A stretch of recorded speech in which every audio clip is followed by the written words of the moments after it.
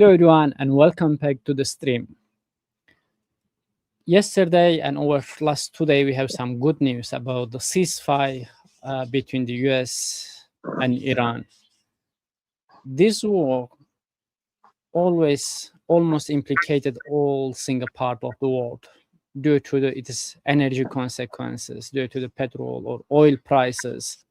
They deeply affect the daily life of the people, the strategic calculations of the states, of the companies, and they have much broader implications. But today, I think still the debate is ongoing. Iran side released some drafts regarding the ceasefire dealing with United States. US side, Marco Rubio and JD Vance, they make some statements about the details, but I think the details from the United States side will come within 24 to 48 hours that we will show the details on which points and which aspects did these countries, US and Iran, come to table. And on Friday, both stakeholders will make a meeting on Switzerland. But come back to the war. Over the past several months, there is an intense war with the involving of another regional actors, Israel. Israel also attack on Iran. And just we go to the before, during the October 7, it first started with the Houthis blockade of the Red Sea, and later with the war with Iran. Iran just keep closed the Strait of Hormuz, which is the most important, the choke point on the world in terms of energy and security. After this war happened, I think many states, many countries, many companies, they draw some significant lessons. They exactly experienced that they simply cannot be relied on some choke points alone. They should diversify their strategy for energy and security, which they reliant on.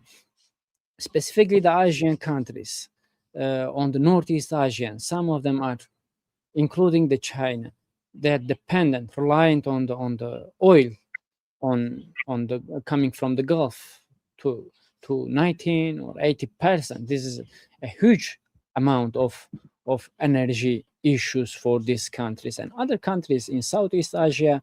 But when the war started, the choke points from Red Sea to Strait of the Hormuz has been closed first by Iran, then by United States, blockaded. Africa, one of the most important continent, emerged as an alternative. As you remember, during the first Houthis blockade of the Red Sea, the ships of oil or of the goods, commodities, they changed their routes from the Red Sea to the Cape of the Good Hopes. And step by step, the Africa emerged as an alternative places in terms of its strategic ports, its locations for investments. Africa really emerged as an important geographical place in this planet Earth. And today, with my guest, Lesley, Wamere, she's from Kenya, we will try to understand in detail, specifically in the southern and the western part of Africa, how the countries in this part of the continent respond to this war, respond to the consequences of this war, and how they prepare themselves, how they turn crisis into opportunity, and what is the current situation now, how they following the war. And just help me welcome the Lesley to our listening. Lesley, it's great to have you with us today to understand the situation of Africa, specifically the Western and Southern Africa better. Thank you for joining us today. Thank you very much for having me, Lokman. It's such a pleasure to be here, and good day to everyone. Regarding Africa, before the US-Iran crisis, there was the Russia-Ukraine war, which had started earlier. And so we've not yet been out of the woods regarding crisis, but there's the Japanese concept of kiki, which is a concept that when there's crisis, there's both danger and opportunity. And I think Africa, especially Southern and West Africa, which are towards the Atlantic, have really been aligning themselves for such an opportunity. So as much as there's danger and a lot of uncertainty, it's also a great opportunity. And just looking at what we call the giant of Africa, this being Nigeria, Dangote refinery is a $20 billion industry, and it processes 650,000 barrels per day. Not just in West Africa, they also have prospects in Kenya and Tanzania. They've been looking at East Africa to see how they can come in. This is a rise of African industrial capital. And so now Africa is not just looking at the West, which has originally been the main financier of industrialization, and also not just at China alone, but now intra-African investments. And so when you look at Dangote Industries, they have the refinery in Nigeria. They're looking to set up in East Africa. And they also have cement factories in Ethiopia and in Southern Africa. So there are also other smaller players, whether it's about industrialization or venture capital. A lot of capital is being plowed back into the continent. And so it's a great opportunity for Africa to pivot, and especially Southern and West Africa, which are towards the Atlantic. And Dangote Industries refinery has been able to export jet fuel to Europe, to the US, and also to Saudi Arabia. This is unlike what used to happen in the past, because in the past, a lot of crude oil will be going out of Africa and then imports of finished products, petroleum goods. But now we are seeing that Africa, and specifically Nigeria, is able to export to other parts of the world. And let's say if we come back to the western and southern part of the continent, why this part of the continent are not a passive observers of the geopolitical disruptions? So when you look at West Africa and Southern Africa, first of all, there's been when you look at the digital side of industrialization, there's been a lot of predictive analysis being used in the mining processes. And this is not just new in Africa. Shell and BP also employ predictive analysis and data. And also Southern Africa and West Africa are hubs of digitalization. Nigeria is known for raising unicorns. It's raised unicorns before. And so these are now integrated into the energy sector, into the oil and gas sector, so that now there's reservoir maintenance when the digitalization is applied. And then there are also transport corridors along West Africa. And you also have to look at the historical background. Before the current geographical lines were drawn, there were ancient kingdoms. Like in West Africa, there was the Mali Empire, the Ghana Empire, there were other empires. And so you find that the people groups that are in one country are also in another country. And so that makes it very easy for the transport corridors to continue existing. When you even look at the transatlantic trade that used to occur, it used to cut across the Sahara Desert and across the whole of West Africa. So when you look at these transport corridors, when you look at even now current developments like the port of Lome in Togo, it is a natural deep water harbor. The logistics and the technology that's been employed, and also there are incentives for production. So you find that there are incentives that make it easier for these nations to come together and be able to develop. And this is not just in West Africa. When you're also looking at Benin, when you're looking at the other parts, like the MSGC basin. MSGC is the area covering Mauritania, Senegal, Gambia, Guinea-Bissau, and also Guinea, whose capital is Conakry. So Senegal has Sangoma oil field, and it also shares with Mauritania the GTA oil field. And it's been very effective because Senegal and Mauritania have been able to integrate their policies, and they've been able to successfully get the crude oil from the ground and be able to export it. There's also opportunity in that in a country like Guinea-Bissau, which is in the GBC basin. Guinea-Bissau is mostly supplied with power from the Turkish company called Kapowership. So it depends a lot on the floating vessels to be able to supply power to the country. So you find that this is a very ripe opportunity if the region is able to integrate its processes and develop the LNG sector and also develop the pipelines. They'll be able to supply cheaper electricity and cheaper power to a country like Guinea-Bissau. Yes.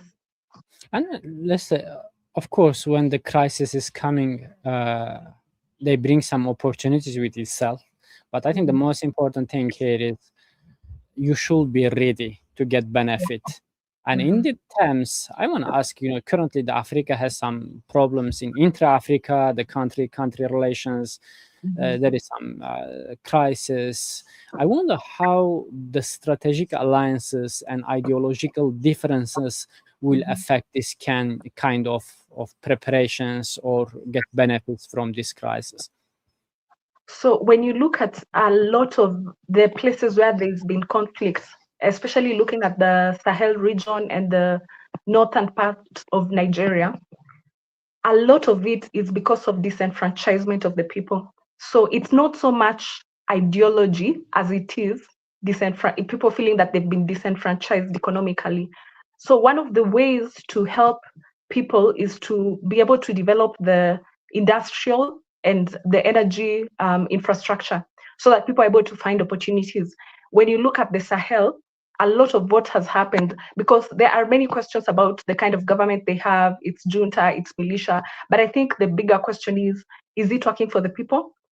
When you look at the Sahel, alliance of Sahel states, and this is Niger, Burkina Faso, and also Mali, these three nations, they experienced coups over the years, and so now it's military governments that are heading the regimes.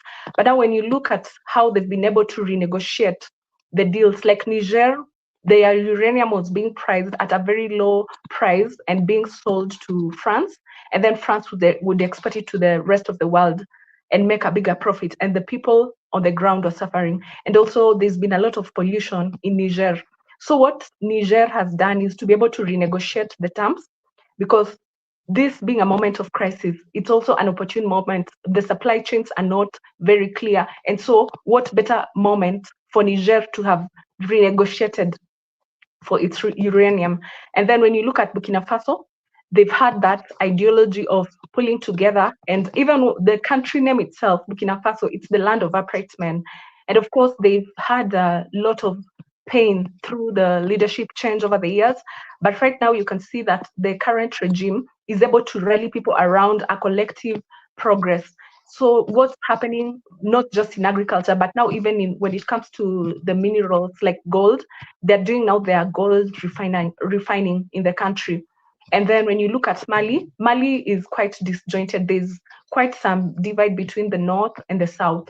And it's also quite a big country, bigger than the other two countries in the Alliance of Sahel states.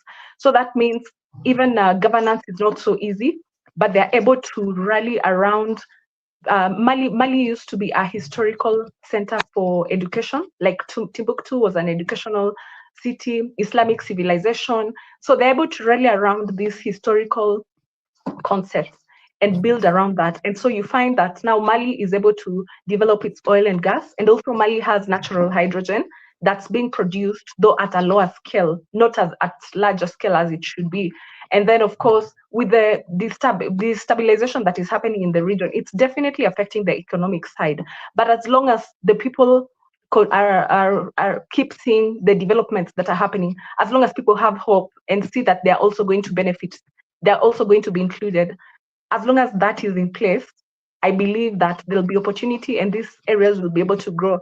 And right now, financing that is happening, not just in energy, but in other sectors, it's not just about ideology, because in the past, there was the Cold War, and also, are you on the side of Russia or are you on the side of the West, America and Europe?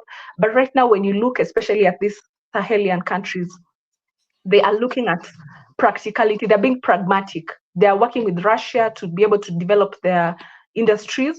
And then it's not so much about are they on the Russia side. It's about are the people benefiting? Is the country benefiting? Because for so long sides were being taken, but did Africa really benefit? That's the real question. And so with this current generation and the crop of new leaders, they're able to think long term and look at the bigger picture, so that now they're able to work with other people and likely partners. When you also look at countries like Senegal and Ghana, they've also been partnering and in discussions with these Sahelian countries. And yet these three countries, Mali, Niger, and Burkina Faso, were expelled from ECOWAS. When the coup happened, they were expelled from ECOWAS. So you'd expect Ghana and Senegal not really to work with them. But right now, it's about pragmatism and not just ideology. They are looking at the bigger picture, and the leadership is looking at the bigger picture. And that being a model, I believe even the rest of Africa is looking up to these countries. And they're not the conventional giants that you'd expect, because conventionally the giants of Africa are Egypt in the north, and in the south, South Africa, and in the west, it's Nigeria and Kenya in the east. But right now, people are looking at what's really working. That's what governments are looking at, and that's what companies are looking at. And even a lot of diaspora people, because over the years, a lot of the people also went out. A lot of diaspora are coming back to these countries and rebuilding and saying, now we are able to, we have agency, we can actually build with the skills we have, we are able to rally capital. And you see these countries are also among the fastest growing. They're experiencing some of the fastest growing rates, not just in Africa, but even globally. So when you're pragmatic about it, you look beyond ideology. Ideology may not really work, because with ideology, you really have to take a side. But at the end of the day, it has to be what's pragmatic. And when you look at a country like Dubai, like United Arab Emirates, Al Maktoum himself said that what really kept the people from revolting and from getting radicalized was giving them pragmatic solutions and economic development. And I believe that's what is working for Africa, and especially West Africa at this point. And it's, of course, all the things. There is an enormous force from the African countries. They really try to get benefits from the developments and emerging as an alternative place for investments. But there is another obstacles before countries, balancing the resource sovereignty with the investment attractives. How the countries, specifically in the Western and Southern or other developed African countries, they are working to manage this balance?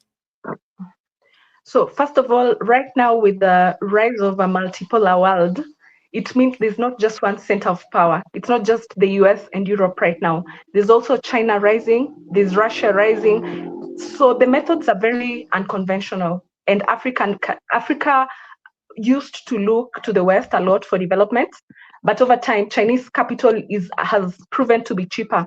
Of course, there's the argument of, is it really cheap? Because there's also the question of sovereignty. Some of these deals are not really open to the citizens.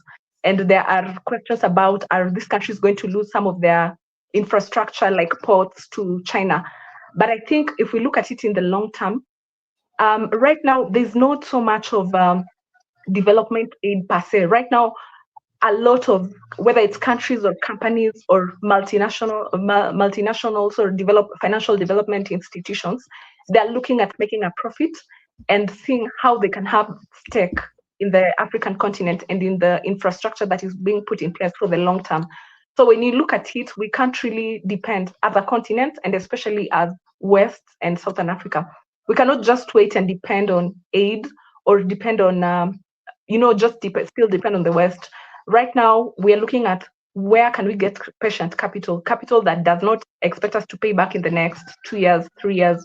And so a lot of Chinese capital is cheap capital, and that's what Africa is leveraging. That's what much of the South and the West is leveraging. When you look at the oil explorations, whether it's in the Orange Basin in Namibia or whatever is being done right now in Senegal, Mauritania, a lot of Chinese companies also have stake. Of course, the West is also not being left out.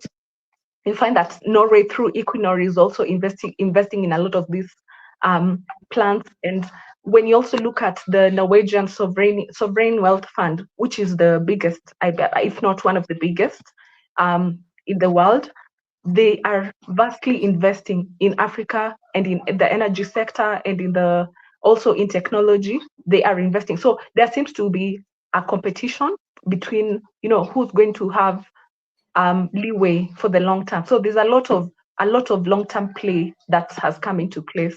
Whether you're looking at West Africa or Southern Africa, whether it's the new developments, in Namibia, or whether you're looking at the ships that are used to service these places. So whether it's upstream or downstream, down to refineries, China is greatly at play, but also the West is not being left out. So what Africa needs to do, and what it's continually been doing, is to renegotiate better terms, and also to be careful not to be caught up in resource nationalism. Because again, if we say we're going to exclude all foreigners and Africa is going to do its own thing, it may not have the capacity and it may not benefit from the progress of other players.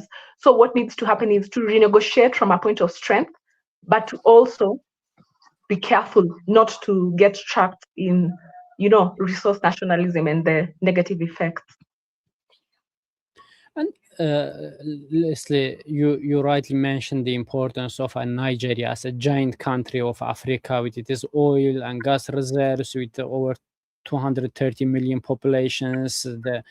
The young generation are under 25 years old. This is significant country, important country of the continent.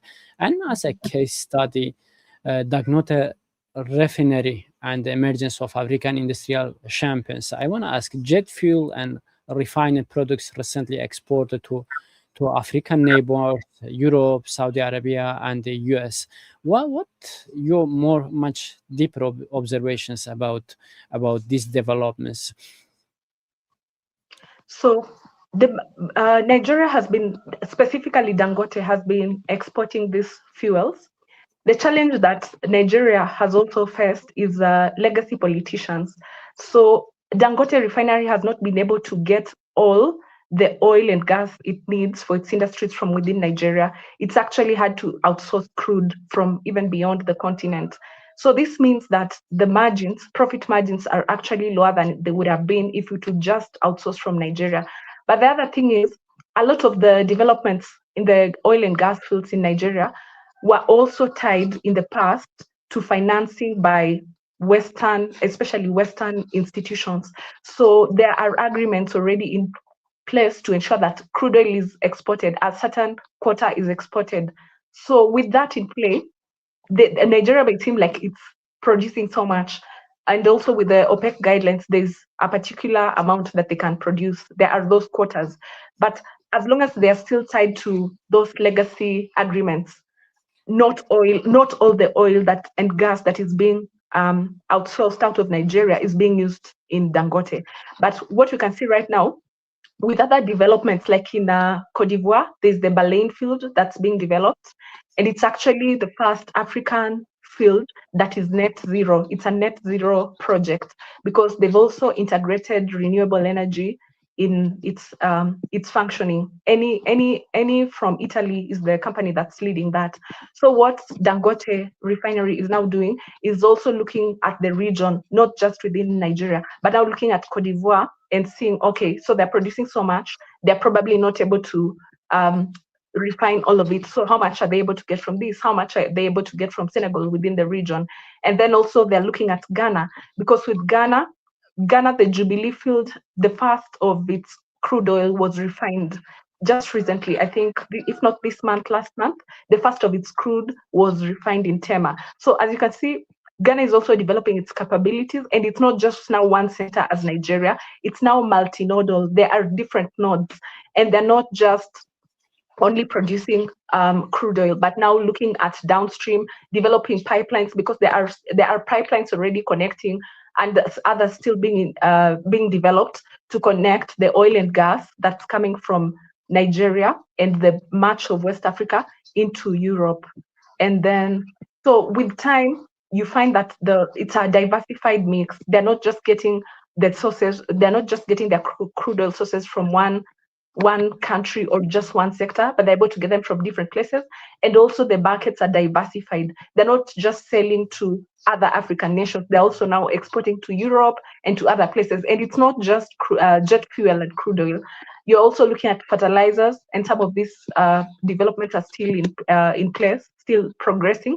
So you're also looking at fertilizers, and you're also looking at other industrial products that are being produced and manufactured and being exported. So having that a diversified portfolio really helps, whether you're looking at the markets or whether you're looking at where are you sourcing your raw materials from.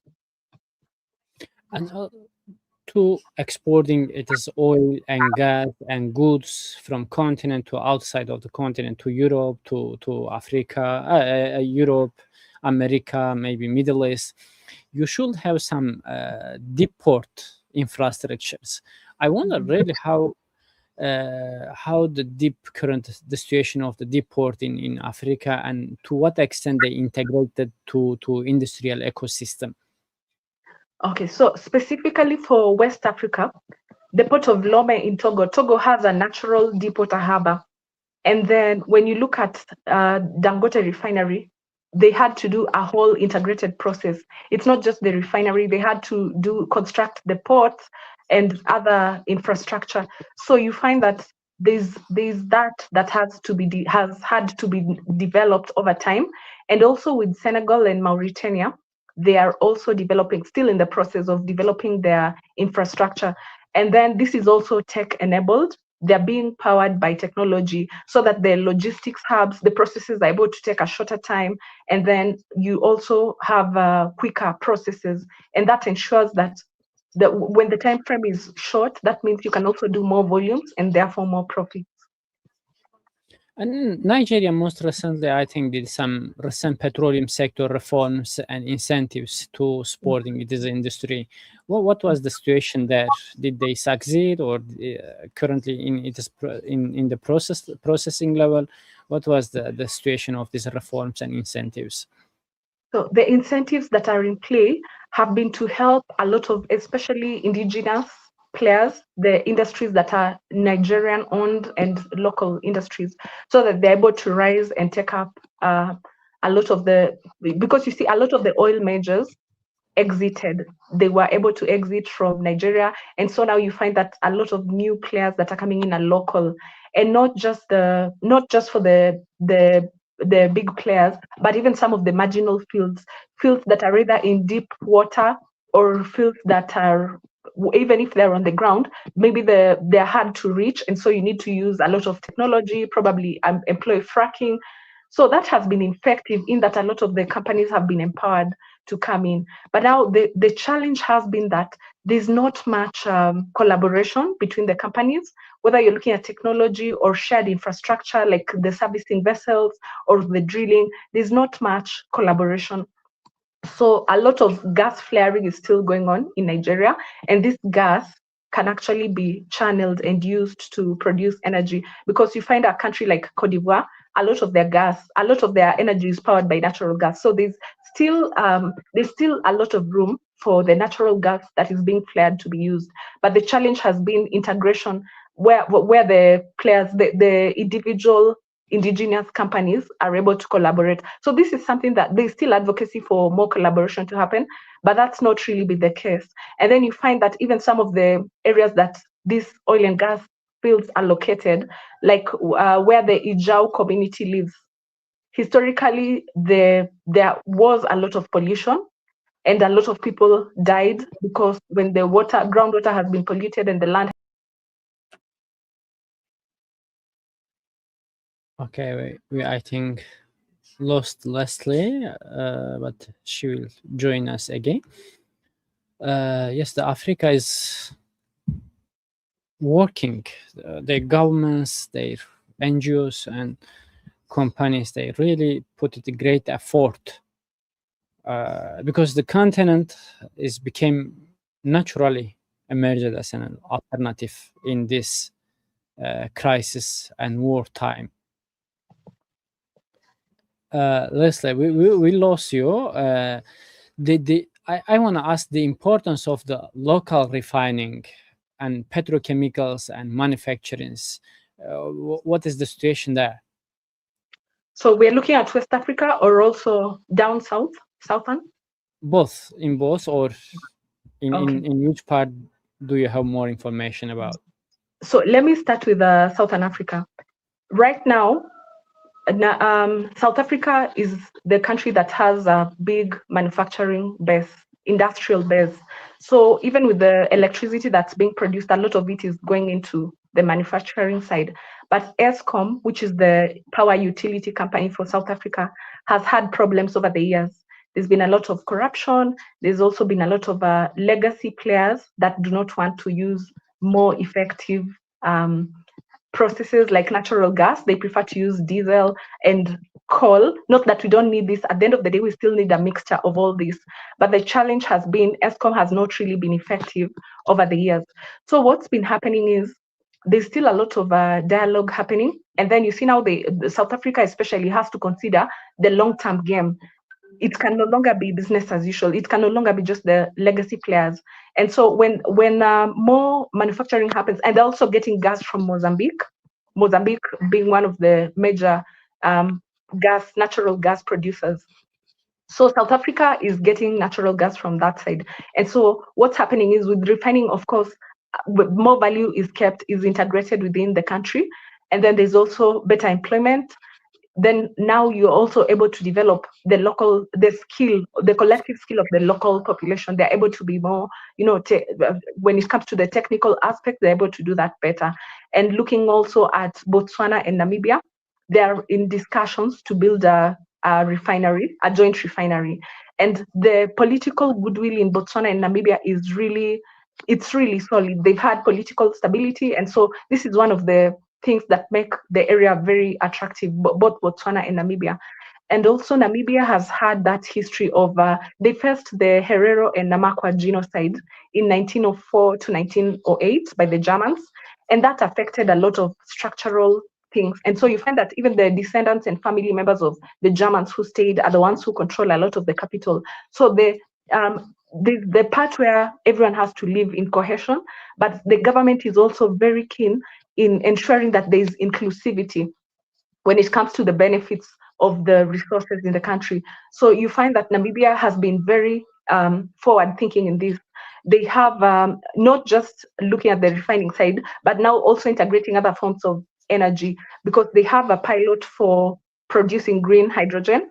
And there's in Oshivela, a part of Namibia called Oshivela, they're producing green steel, green iron, sorry, green iron. So in Oshivela, they're producing the green iron, and then of course they're looking to scale it. And this is a project that's part of the national long-term vision, and this has been recognized even globally. So when you look at that, they're not just doing the refinery; they're also now looking at the prospects for making use of other energy sources, and especially now their green hydrogen, and also just producing steel. So that means in the long run, the refining the natural gas, especially that comes from refining, is going to be channeled into this large-scale industrial processes. And then when you look at Botswana, they have also renegotiated their minerals, their diamonds specifically, and also just looking at other metals that they have, so that the country gets more value. That, of course, has upset, the old players like De Beers that had operated for so long and was benefiting for so long. But now Botswana has put their foot down, and they are saying we need more, we need to get better returns for our resources. And then that means the other minerals, critical minerals or other minerals that are now coming in, they're also going to be processed within the country. The country has not yet developed the full capacity at the moment, but if you look at it in the long term, when the refinery is developed and then they're able to get their own natural gas and other petroleum products, that means industrialization, the power for industrialization is going to be cheaper, and therefore they are able to add a lot of value addition and concentrate these minerals before exporting.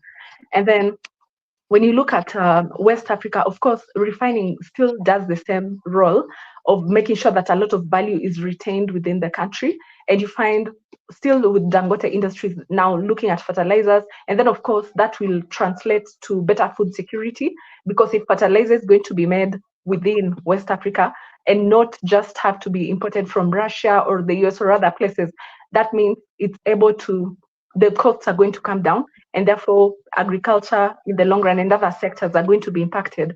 And that means better jobs, and not just better jobs, but also food security and water security. especially with the expanding deserts that's eating into the Sahel. If there's food security and there's if there's also not deforestation but afforestation, growing trees in areas that had initially been done away with, that means that the refining capacity is not just for the finished goods, but it's also for other sectors like agriculture, and that will help with food security and water security in the long run. And in this, among these efforts, I think Nigeria emerging as a biggest player in Africa, and it is companies specifically operating in upstream in Equatorial Guinea, Angola, South Africa, and other countries. What is the level of success within these companies, and to what extent they contribute to the continent and developments of these countries? And it is, of course, it is internal economies. So companies like there's one specifically called Owando. Owando has operations not just in Nigeria, but also in South Africa and in Equatorial Guinea in the upstream sector.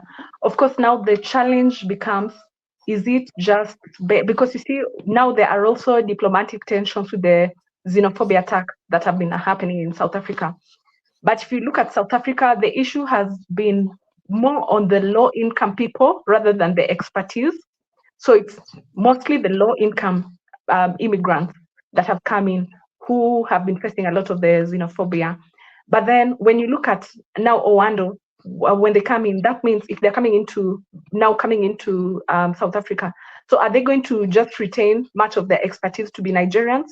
Because now if they don't want the low-skilled people, if the South Africans, those who are facing the xenophobic issues, are they going to are they going to require that the low income people are out, but then expect the expertise to be more of their people or more Nigerian? So those diplomatic tensions do end up affecting even the company operations, and also because when there seems to be no goodwill, will such a company be able to recruit the locals? So there's that tension at the end of the day ends up affecting these private entities too, especially in the upstream sector. And then when you look at Equatorial Guinea, it's in Malabo that is mostly developed, and Malabo is on Bioko Island. It's not part of the mainland that forms Equatorial Guinea. It's on the island. So the island actually has better facilities, better electricity. But then now you ask, what happens to the mainland? Do the people remain disenfranchised because there are still people there, but the energy and the electrification rate is not as good in Equatorial Guinea mainland? So for such companies, the challenge is always now: do they compete with the big players and maybe with the local players on the island, or are they now looking at expanding into the the mainland where there's barely any? Do they focus on the island where the capital is, Malabo, that is in Equatorial Guinea, or do they now look at opportunities on the mainland? So that it's almost like a push and pull. But I think the good thing is that the more these companies, especially the local players, like now this Owando from Nigeria, and I'm also sure there are other smaller players still working in these countries, the more they are working in these regions, the more they understand the pain points of the people. Because yes, Africa is not a monolith. It's definitely not a country, and the energy story is not one. But the challenges are more or less the same. Because when you're talking about over 700 million people not having electricity, even if it's one company from a different part of the continent, they understand the pain points. So they're probably better placed to answer the question of energy for the locals. I'd say to an extent they are successful, but when it comes now to things like xenophobia and not really having unity and collaboration between the local players, that's where the challenge is. So that is something that these companies have to navigate, and also the governments have to be on the forefront to make sure that these tensions are resolved. And with South Africa especially, I'd say the issue is not just we don't want immigrants or we want immigrants. The issues are very systemic. South Africa suffered genocide. And so that means a lot of capital is in the hands of those who came in as, the Dutch who came in and some of the British who came in. So when there's frustration and it's systemic, the easiest way, especially for people on the lower cadre is usually to attack their fellow, their fellow people on the same cadre.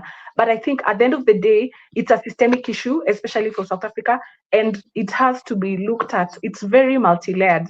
It has to be addressed from a systemic point of view, so that the natives and the local people also get opportunities, and that they get empowered, whether it's in energy or in running their own businesses. Because at the end of the day, the movers of capital still get to make their profits. They still get to make their profits, but what happens to the people, to the local people? So that's the challenge when it comes to let's say, like the Nigerian companies working in foreign companies. There's that push and pull. Yes, they are appreciated as an African entity, but then again, there's that aspect of the locals are not benefiting, and this is a foreign company coming in. So there's also some hostility, but the issues have to be addressed at a systemic level, and they're very multi-layered. It's not a one size fits all. Yes.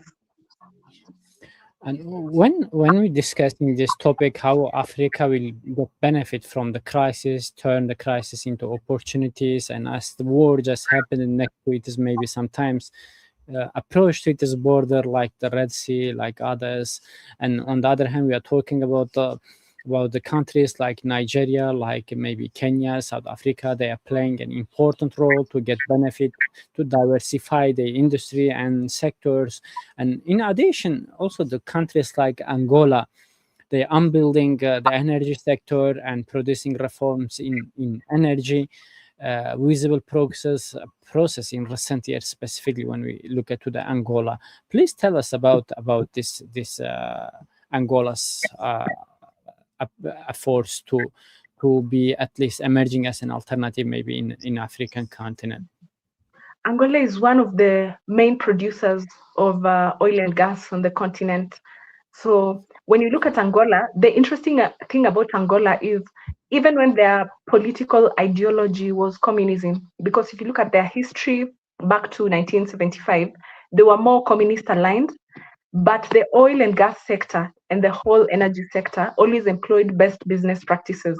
They've somehow been successful in separating the political ideology from when it comes and the business practices.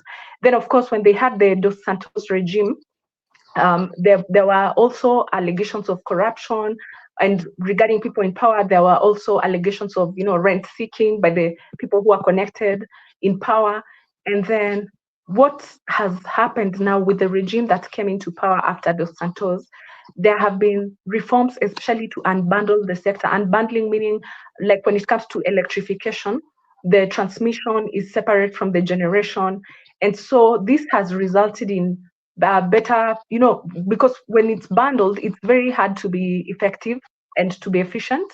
But now that the sector has been unbundled, electrification is much easier.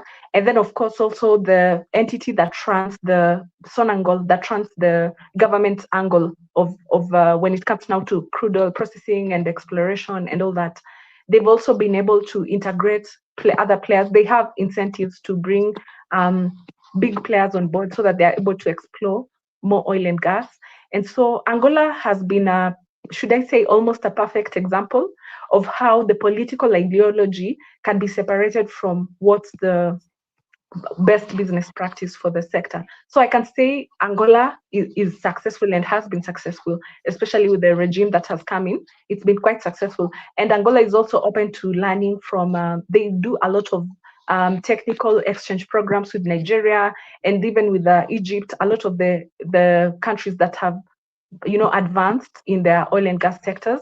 And so Angola has been very open in that sense. And considering it's a Lusophone country, that means it's a Portuguese-speaking country, and these others are mostly English-speaking. I can say Angola they've really been a model when it comes to reforms and just getting to partner with other African countries and also other major players. It means it has all potential to emerging as a key player in African continent. Yes. The only challenge that Angola, okay, let me not say the only challenge, but the main challenge Angola has had is there's been tensions, political tensions and insurgency in Cabinda, because much of Angola's oil is in the Cabinda exclave.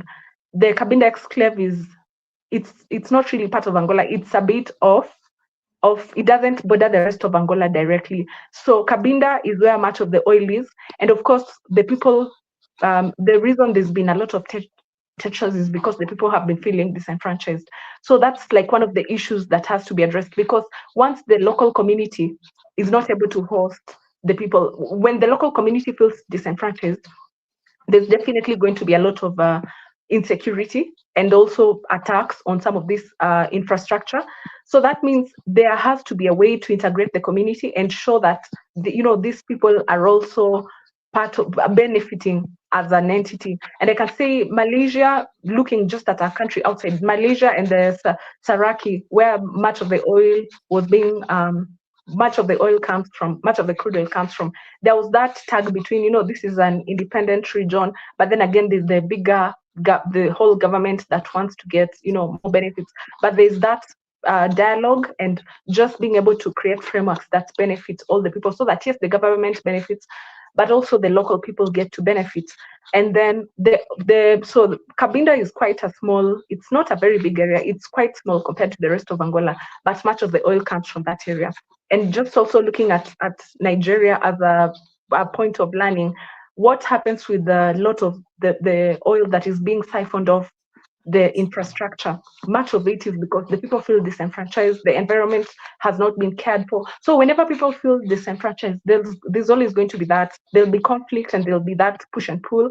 And ultimately, you're not really benefiting from the resources that you have. So it helps for the governments that are on the ground to ensure that there are policies in place. And even where there are policies and they haven't been enforced, because some of the policies are in place. In a place like Nigeria, the policies are in place, but they just weren't enforced when it came to, when there's pollution from oil spills, the policies were not being enforced. So as long as people feel disenfranchised, they're going to revolt.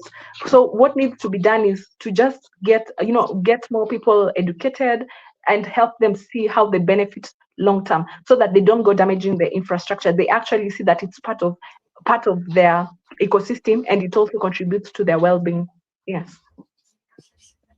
And it's interesting to see that the Malaysia also try to collaborate with Angola, because Malaysia also has experience with it as oil and gas, and it's amazing to see these developments. But of course, to building infrastructure, it's a long-term project. It's not easy to complete all these technical sides and collaborations in short term or in foreseeable future. This is really need high skilled people. They need human resources. They need financial support, domestic stability, external maybe markets.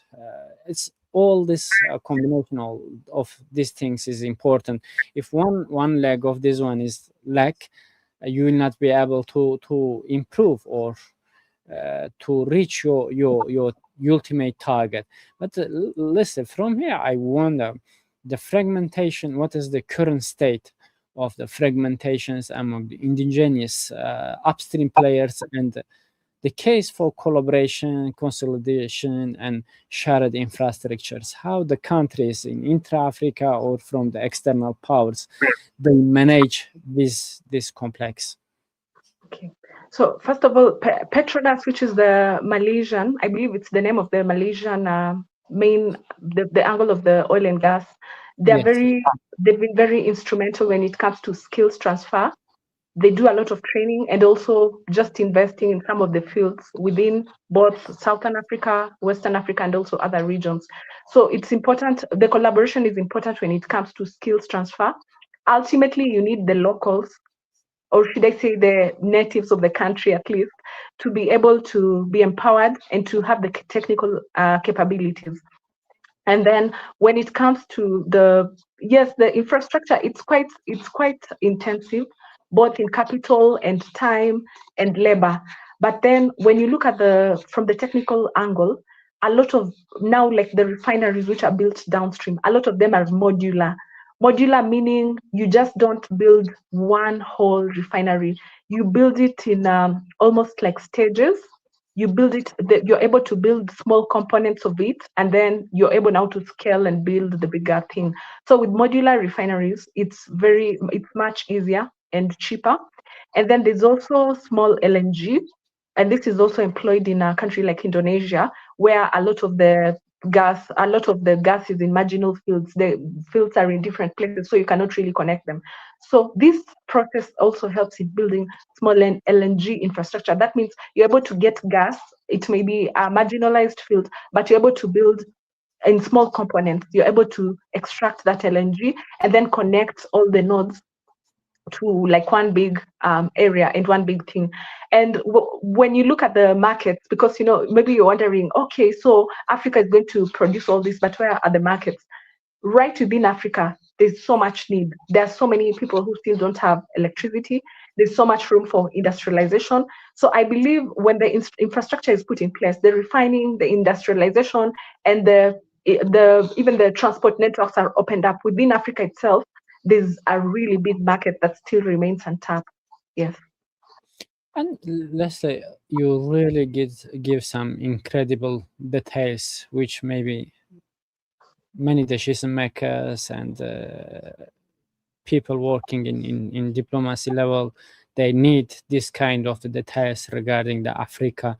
These are really enormously valuable details when we come to the infrastructure, the resources of the African countries. But I wonder, please tell us a little bit about what does African industrial capital look like in broader perspective? So with Africa, basically the main one I've mentioned is Dangote, the Dangote refinery, which is, he's been able to draw in so much capital. But when it comes to the banks have still not caught up, unfortunately. The rates are very high, the lending rates are very high, and not just for energy, but also in other aspects. So a lot of the capital still comes from outside, whether it's China or it's the West. There's the African Energy Bank, which is being put in place. It's still not yet operational, but the function of the African Energy Bank will be to finance projects within Africa and to finance them at sustainable rates. So when African Energy Bank comes into play, that means also other avenues will open up. Because if lending to energy is going to be at a cheaper rate, that means when it comes to other finance, whether it's financing, agriculture, technology, other aspects the rates are also going to go quite down. But there are also other private entities in whether it's venture capital or long-term capital that is being lent, private entities that are working in this area. So yes, there's hope. We are still not yet there as a continent, especially with southern and eastern, but I can say there's hope and there's room for that. And with South Africa is also a leader in the financial sector, in that a lot of the banks, whether it's international banks that have set up office in South Africa or just South African banks, they're better equipped to finance a lot of these projects. So I can say South Africa has actually been a leader, and also some of the Islam financing institutions, they don't charge exorbitant fees, and so also Islamic financing is actually an avenue. When you look at Algeria, I know it's not part of what we are covering today, but when you look at Algeria, their lending, how they do their lending and their financing, it's based on these Islamic principles, which are quite fair, and they're able to help the people develop. And then also there's Mauritius, which is in an island in Eastern Africa. They have the capabilities both for legal frameworks and for financing. A lot of what is done in Africa, in many of the continents, in many of the oil and gas fields, much of the financing and the legal paperwork is usually done in Mauritius because they also have very good rates. Yes, so I can say we still have a long way to go, but there is hope, and there are you can see that there are upcoming ventures that are really supporting this. But I think ultimately the African Energy Bank, once it's been set and it's running fully, it will be a game changer for the energy sector. And African development. Sorry. Yes, please. I think the African Development Bank has also been doing a good job. It's of course funding other projects beyond energy, but they've also been doing quite an impressive job. By the time the director in charge who left, Adesina, by the time he left, there had actually been great milestones. So African Development Bank has also been quite instrumental, and they've also been part of the players that have helped form the African Energy Bank.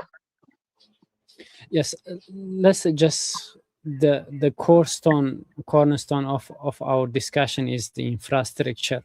But when we go to the 1980s or early 2000s, when we mentioned the terms of the infrastructures first, the bridge, maybe the dams or airports and ports come to our mind. But today we are in different time, in time of AI, data, artificial intelligence. I wonder how this AI and specifically predictive analytics are reshaping the upstream oil and gas exploration, drilling efficiency, and reservoir management. How African countries, developed African countries, they are able to integrate this kind of the technology into their infrastructures. So with when it comes to drilling, a lot of the first of all, a lot of the seismic surveys that are done on the geology are done using predictive analysis. You need to use AI when it comes to the drilling, whether it's offshore, onshore, when you need to check, because like the offshore projects, especially the ones in deep waters, the weather can be very crazy in such areas. So when you're able to use AI and predictive analysis to know what are the changes, what's the bedrock, what's the underlying bedrock like, so that helps a lot, and it cuts costs, and it also helps with security, because when there's no predictive analysis, human lives can be lost, and they have been lost when you're working with offshore projects.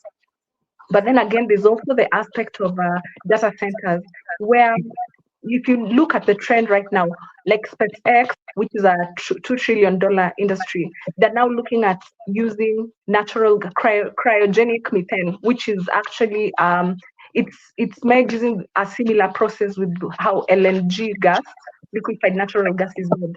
So if you look at SpaceX, they're using that not just for their data centers, but they're also using it as rocket fuel.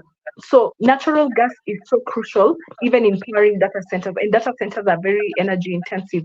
And when you look at Africa, there's the country of Zimbabwe. There's a company called Econex by one of the entrepreneurs called Stripe, and they've done projects not just within Africa but also in Europe, and they've been very instrumental in helping connect, and they're still helping to connect the different regions of Africa, especially within the south and the west.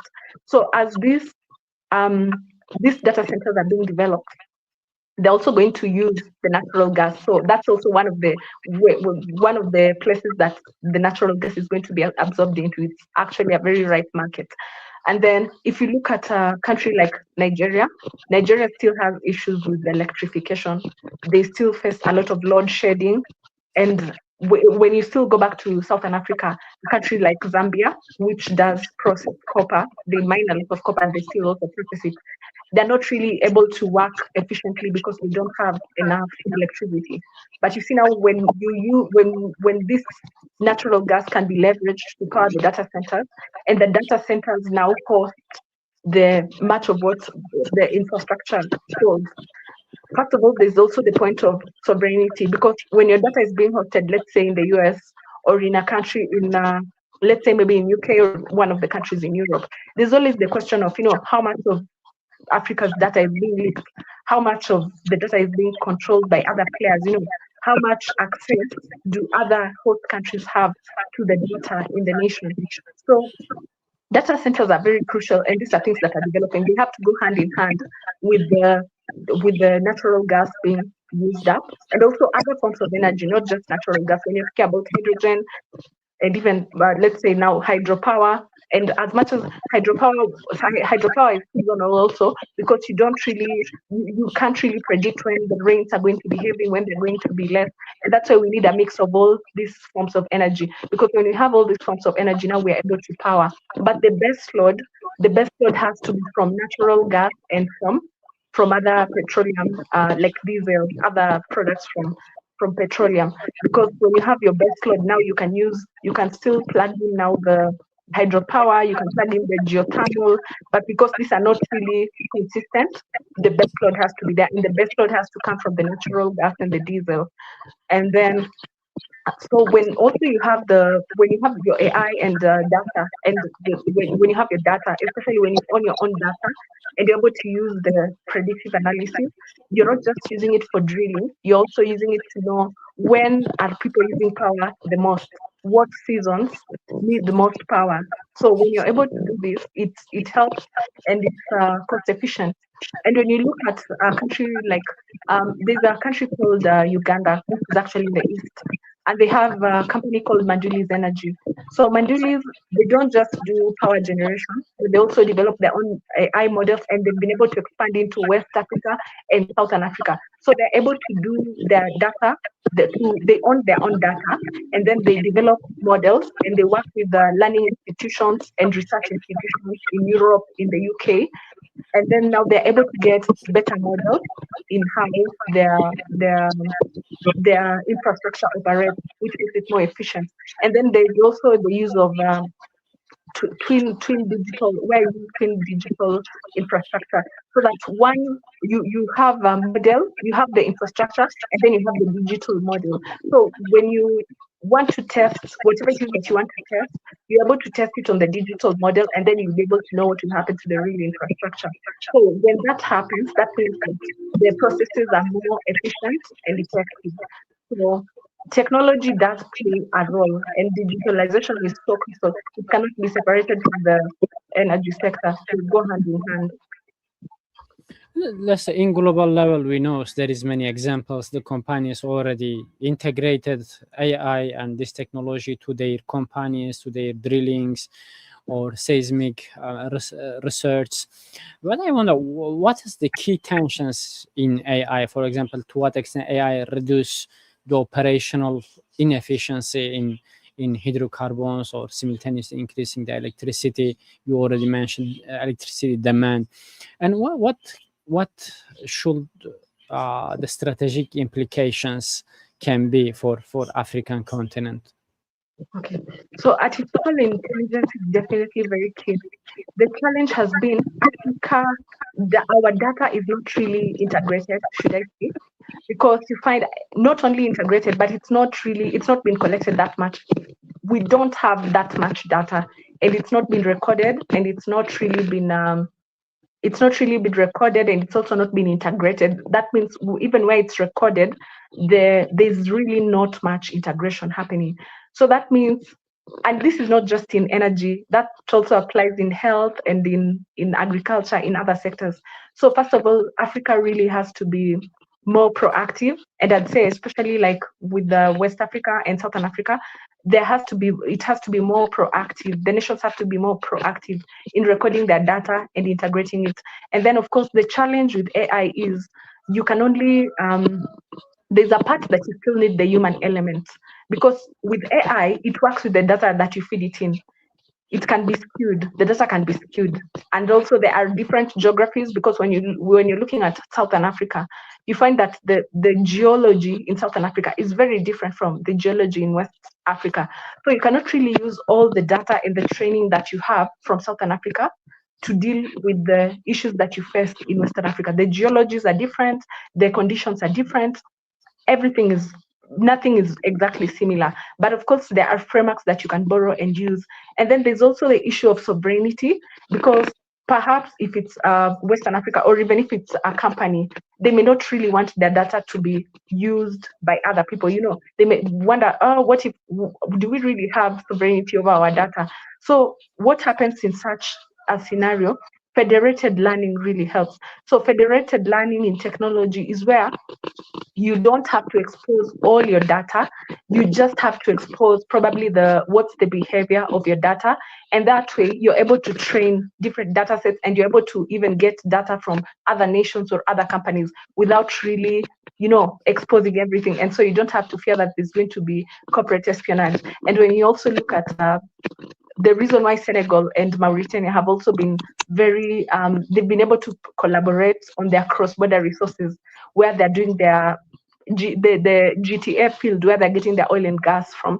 The reason why they've been able to be so integrated is because their policies they've been able to match their policies. So besides just saying we need to leverage AI, and are we going to use data or not? I think also just being flexible enough, these nations and these regions being flexible enough so that their policies are integrated, that would really help. Because a challenge with a country like Angola is a lot of their, yes, there have been reforms, which is a really good thing, but a lot of their policies have not really been integrated. So you find that maybe if you're mining for oil and gas in Cabinda, in offshore, and if you're doing it in deep waters, if you're doing it maybe onshore and you're also doing it in deep waters, you find that probably the whatever the rates are different, the requirements are different. So sometimes there's that lack of integration of policies. It could be within a country and even now with different regions. So what would also help is just helping the policies to be in sync. So that way, there's also transparency and the companies are able to work, when they're assured that the laws are not going to keep changing or there are gaps, because sometimes there are many gaps. So these gaps have to be addressed. And even with technology, there are quite a number of gaps, but there are countries that are ahead when it comes to, their technology policies, them developing their technology policies. And I'd say Nigeria is actually one of the countries that has quite an advanced set of policies. So what is also needed is political goodwill, because sometimes, yes, the policies are there, the frameworks are there, but are they really being implemented? There also has to be political goodwill to execute. And when we're discussing this part of the continent, west and southern part of Africa, the Atlantic corridors, ports, and industrial ecosystem is an important part of these discussions. I wonder, please tell us, Lesley, what is the strategic importance of, for example, Atlantic facing economies in this side, the Angola's integrated refinery port model, how it look like, how it can be model for other countries of Africa, and also opportunities of the deep water natural harbor and logistic hub in Togo, the port of the Lomé, and special economic zones and industrial incentives, ports and catalysts for manufacturing, exports, and regional integrations. How all these things can contribute to the development of continent and became a domino effect in good way to be a good model, nice model, development model for other rest of the Africa.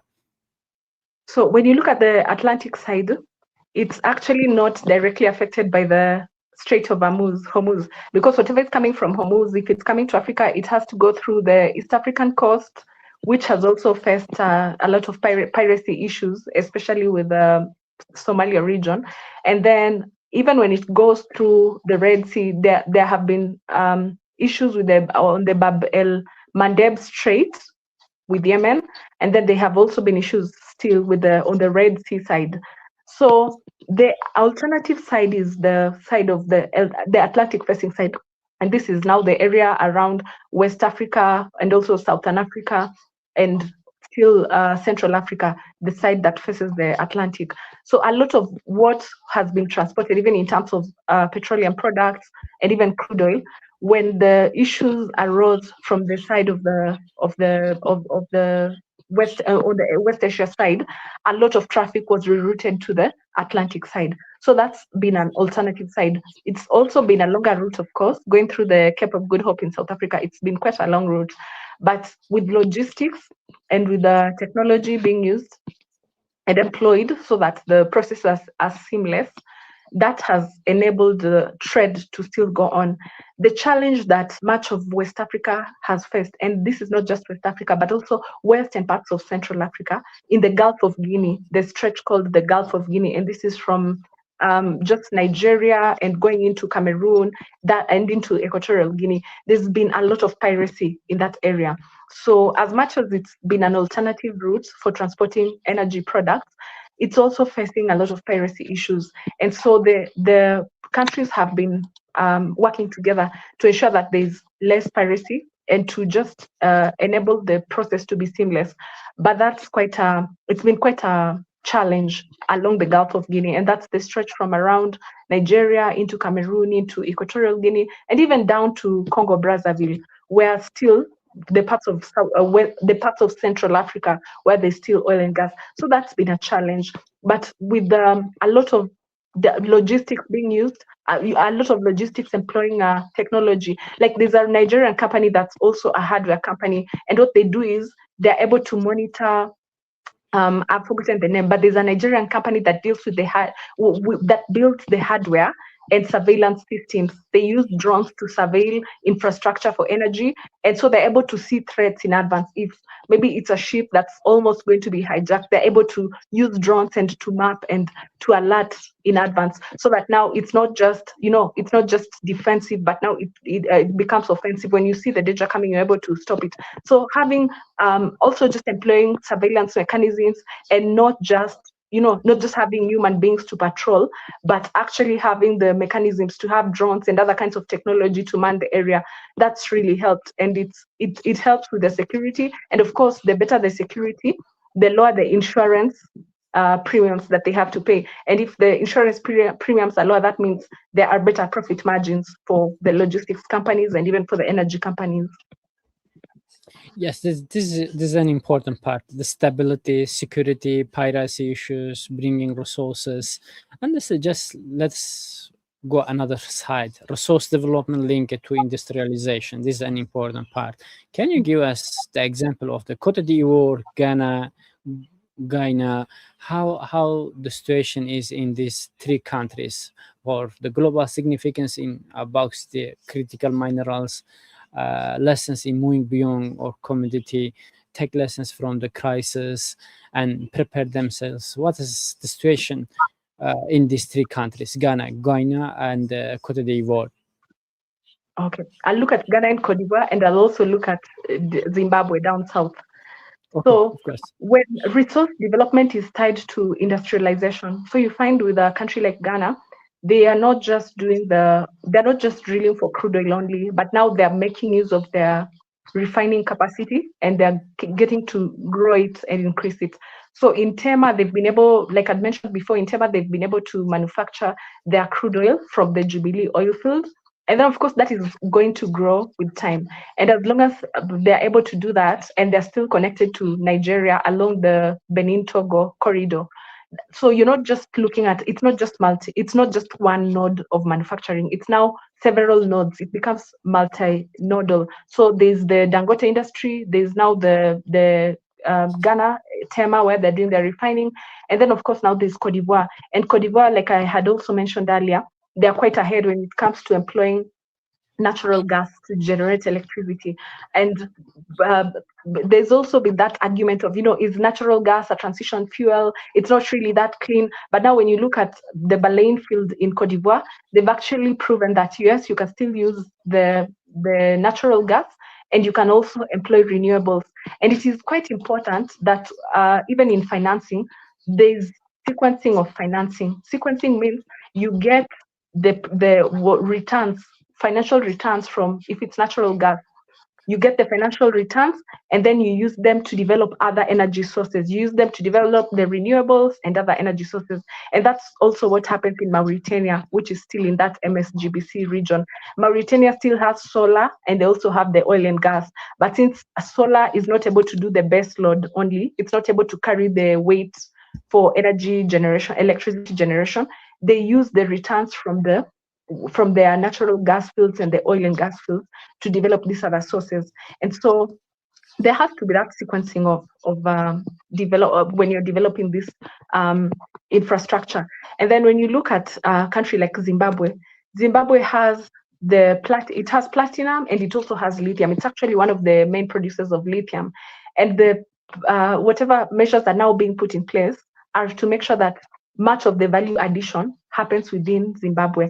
So for the critical minerals that are there is now concentration happening. It's still a work in progress, because of course not all the infrastructure is in place, but even the policies that are being put in place are to make sure that concentration happens, and then the precursor battery materials are made, so that now when these critical minerals are being exported, or some of these rare earth elements, they've actually had value addition. And then of course with that, when you have now more financing from some of the critical minerals, or from the refining, or whichever industry that you're getting your resources from, when you use this for industrialization, the plus side is that it will roll over to other sectors of of the economy. It will roll over to now more electricity generation. You're able to get more industries. Of course, agriculture will grow, technology will grow, because Zimbabwe is also one of the countries that has been facing issues with the electricity. Much of the electricity is powered by Kariba Dam. It's powered from the river. I've forgotten what's the name of it? Zambezi, from the Zambezi River. So they can't really depend on just hydro alone.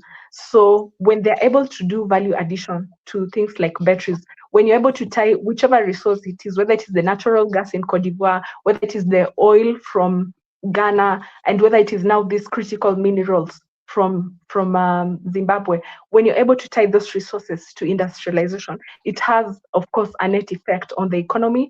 And then, of course, now you become a major player in the global supply chain, because for critical minerals, Zimbabwe is very crucial, and lithium is needed for the energy transitions and renewable energy products. Each part of Africa has different story. I want to move from this kind to the Sahel. Sahel also emerged as one of the most important and visible region part of the continent, from the military coups, changing of the governments, fighting for the decolonization of the countries. And these countries also has some important resources like uranium in Niger, and gold refinery in Burkina Faso, hydrogen, oil, gas explorations in Mali. And of course, the stability, security is important. I want how the ideas change, or ideology, or the new government style, they affect the balance of resources, energy, and new developments, and why the ideas, institutional innovation, and local ownership matters as much as financing. Mm-hmm. So you find that yes, financing is crucial to develop the countries and the industries. And so for a long time, much of the Sahel depended on France, which used to be the colonial master. But now, with time, the people felt that they were disenfranchised, and not just felt. Even when you look at the development index, the economic development indices, you find that yes, France was helping them, but not really helping them, because were the communities really benefiting? Were they really developing? Much of the companies that were operating in these places were French companies or French conglomerates, and the people were really suffering. So, of course, with the coups that happened and the change of regimes, what's happened is the people are now being rallied around not just neo-colonialism, but now for them to connect with who they were previously, and who they are as a people. So when you look at Burkina Faso, they used to have a leader called what was his name? Thomas Sankara. So before Sankara was assassinated, you find that this was a country that was manufacturing its own textiles. They were doing their own textiles. They were doing their own like their fashion was made in Burkina Faso. That's what was mostly made and worn. And even how the military used to operate. Some of these countries also borrow from the cultural aspect, some of the tribes that inhabit these regions. So you find that when you look at the people, of course, Africa is like one of the most diverse regions, if not the most diverse region in the country. We have over 3,000 indigenous languages. So you can imagine in a place like that, there are so many ethnicities. They have had historical differences. Of course, these communities living together means they have had war, but they've also had diplomacy for them to be able to live together. So a lot of these countries, like you see with Burkina Faso, they're now being rallied around self-actualization and just self-reliance. So you find they're not just doing, it's not even just gold alone, they're also doing their tomato processing, they're doing their building. And then, so when people are rallied around that ideology of self-reliance, it's not, first of all, the people are able to, there's security. Of course, they've had insurgencies, but there's that security of people are pulled towards a common goal, and they're seeing that they're benefiting. So with that, you find that a lot of people from the diaspora, and even within Africa, there are so many people who moved into Burkina Faso to be able to invest in this project. And it's not just it's around a common philosophy, should I say? It's around a common philosophy of self-reliance. and not necessarily around the ideology of Russia, because Russia is also investing a lot in this place. But you find that a country like Burkina Faso has been very careful to have that to individualize themselves and say, we are a country, we have our sovereignty, and we're going to partner with people who want us to be self-reliant. So with Burkina Faso, there's been that philosophy of self-reliance. As much as Russia has been a major player, they do not necessarily subscribe to Russian sentiments. Of course, there are people whom you'll see waving Russian flags in some of these countries in the Sahel. But the thing is, when you look at the leadership, they're not about the ideology of what's Russia saying. They're about self-reliance, and they're going to partner with whoever is strategic enough for them to actualize their end goal. And for uranium in Niger, a lot of the host communities where uranium was being mined have been suffering from environmental pollution, and then of course there's long-term effects, there's cancer, and there's all that. Over time, they could definitely see that yes, uranium was being mined and profits are being made from it, but they are not benefiting other people. So what now the current regime has done with Niger is not only to renegotiate rates for uranium, but also to make sure that the companies coming in and the people coming in are able to respect the environment, and there's cleaning up of the environment.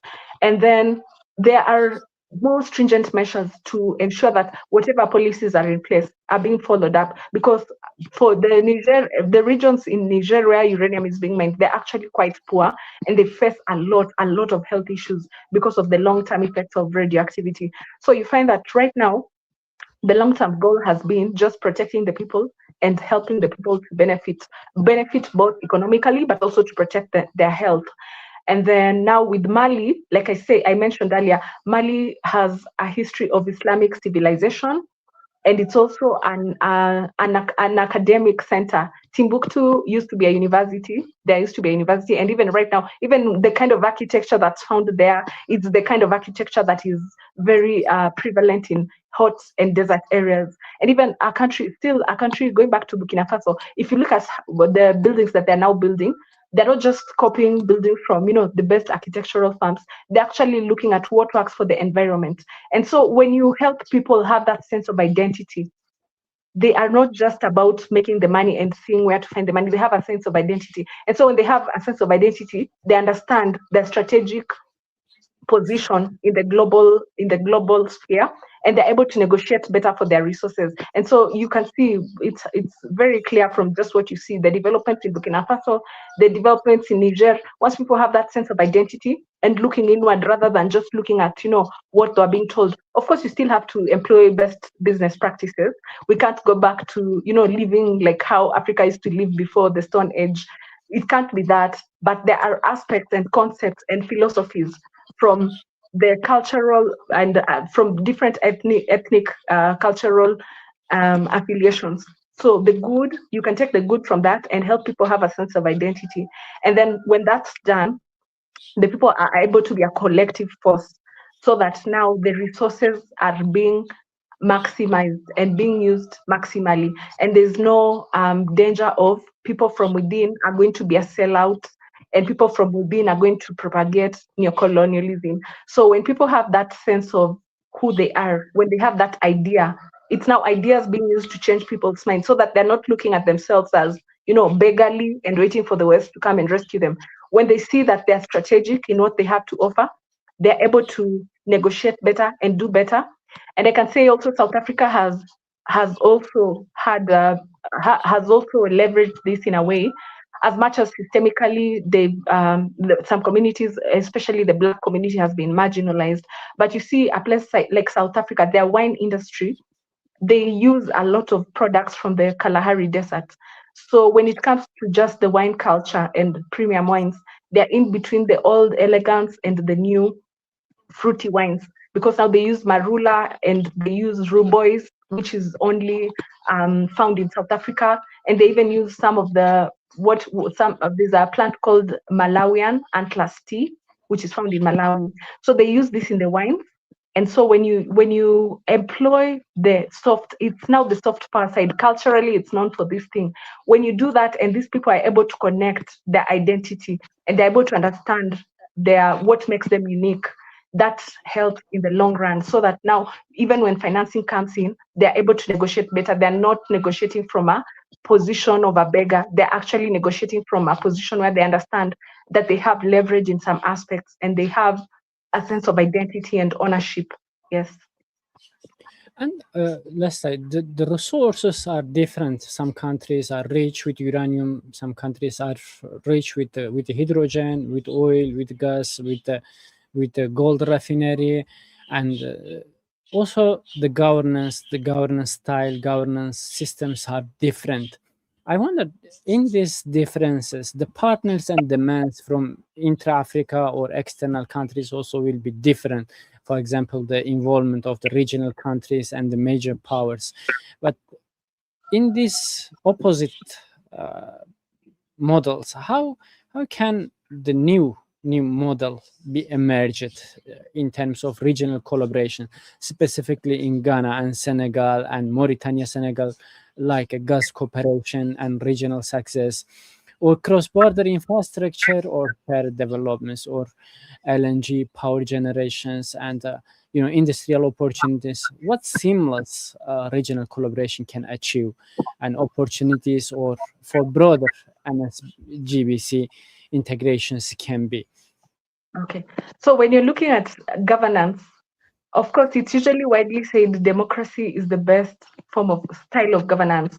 But now, when you look at Africa, you ask yourself, is democracy working? So that's a question I'd pose maybe to the audience. I wouldn't answer it. You look at the people and you ask yourself, does democracy work? And even before democracy came into play, because democracy also came in after colonialism and then the countries got independence. Before that, there were ancient African civilizations. There were systems of power. When you look at a place like, of course, they were not always perfect. There were wars and all that. But for those that worked, when you look at the Mali Empire, when you look at the Ghana Empire, the Benin Empire, and these are empires that were built on very sophisticated systems, not just for governance, but even when you look at even the artwork, because you find a lot of the artwork that was taken to you go to museums in Europe, you go to museums in the UK and in France, and even in Belgium, you find a lot of artwork that was African. So that tells you that Africa did have civilization systems and governance systems. And even when you look at even just the art side, the artist Pablo Picasso, he used to have a lot of African art in his studio, and he'd look at what there's a system of art called cubism. There's a painting called cubism where you are able to look at an object. It's like you're seeing an object from all angles. So that cubism, Pablo Picasso was able to borrow a lot of it from what was happening in Africa, from African art. And of course, with colonialism, a lot of that was eroded. But also, especially in West Africa, there are still those traditional rulerships. You find, like in a country like Senegal, and Senegal still also suffered a lot of slavery. But when you look at a country like Senegal and Ghana, they are very rooted in their traditions, and not just in how they do their food, but even in the kingship systems they have. And so you find that the kingship systems run parallel to the governance, the official governance systems. But then you can also not separate them, because a lot of what happens in the kingship systems determines who rises as a leader to become a leader in government. And so when you also look at, especially when you look at Ghana, they have a very strong kingship systems. And these systems used to work. They were very sophisticated. Like, for example, when it came to punishing people, it was more of being able to help people change their behavior rather than being punitive to punish them. So a lot of these ancient civilizations are able to lend some of the philosophies and some of the cultures to now how governance style is being done today.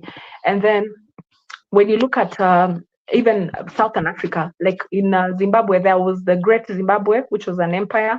And then there was also the Maravi Kingdom, which also covered parts of Malawi.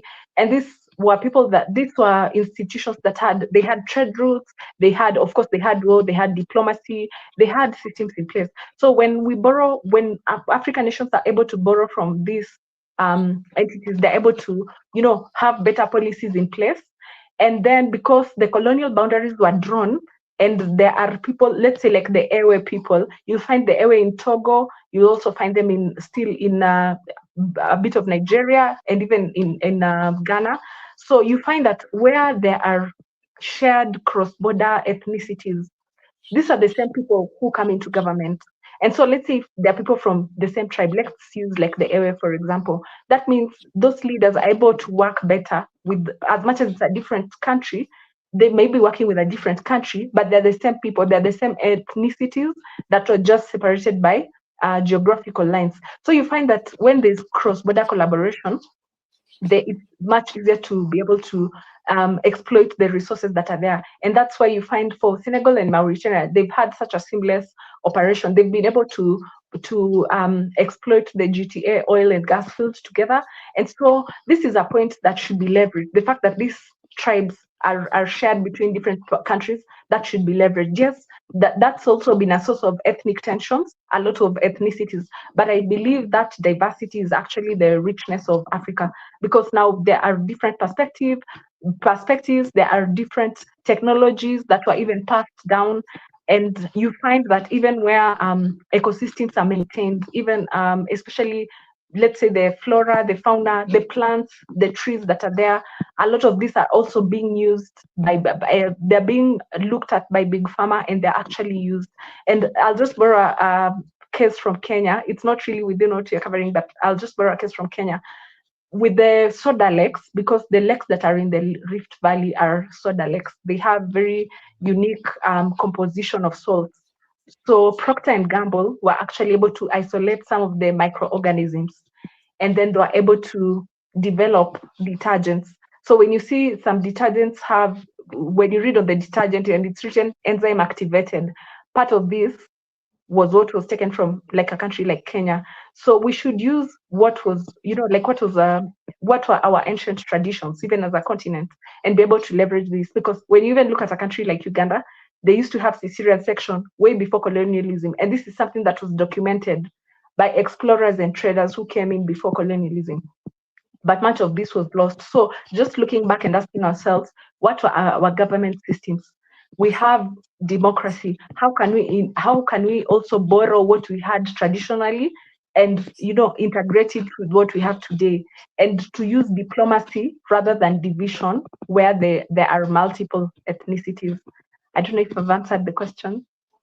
When we're discussing about the Africa, we understand better how the continent is large and big, jumping from one city to other city, jumping from one region to other, from one country to other. Really, Africa is a giant continent and has different stories. Each country has its own story, its own historical background. It's rich with mineral, with natural other resources, like even we're talking about the gold, uranium, hydrogen, with its water resources. Africa really is an amazing. And I think the only things that Africa need is a stability and a good governance systems. And you are talking about the democracy and good governance systems, whether you call the democracy or other good systems need to institution. Without institutionalization, without a good institution, without a strong human resources, a good educations, it is impossible to achieve these goals. But please, let's bring us to the little bit southern side of the continent, Lesley, from how the stability, minerals, and industrial strategy look like in Botswana, Namibia, and South Africa and Zimbabwe. Of course, you mentioned during your earlier conversations, but please tell us a little about that, how the social tensions, xenophobia, industrial capabilities, critical minerals, or opportunities for domestic processing and regional integrations are available in this part of the continent. So, but the upside of Botswana and Namibia has been political stability. And how do they have political stability? When you look at a country like Botswana, when they got their independence, their first president had been a traditional leader. So they weren't just looking. And then also what helps Botswana, most of the people from Botswana are the Tswana. They come from a tribe called the Tswana. So having also just one tribe makes things a bit easier for a country like Botswana. Namibia, of course, has the Herero, has the Namakwa, and also a bit of the Tswana and some other tribes. But then you find that it also seems like where there are fewer tribes in a country, there is also better governance. It seems to be the case because I think also they end up transferring what they used to do traditionally and it worked over the years and they transfer that to how they operate things in the present day. So I think for Botswana and Namibia, that's really worked for them. And now the leaders that have also emerged out of that are people who've been quite grounded. Political stability has actually been a plus for Botswana and Namibia. And then when it comes to South Africa, because looking at all these continent, all these countries, they're actually part of the Southern Africa Development Cooperation, the SADC, and there are also other countries in the region like Zimbabwe and Zambia and Mozambique. So when you look at South Africa, of course, like I mentioned earlier, the systemic issues have contributed to a lot of tensions.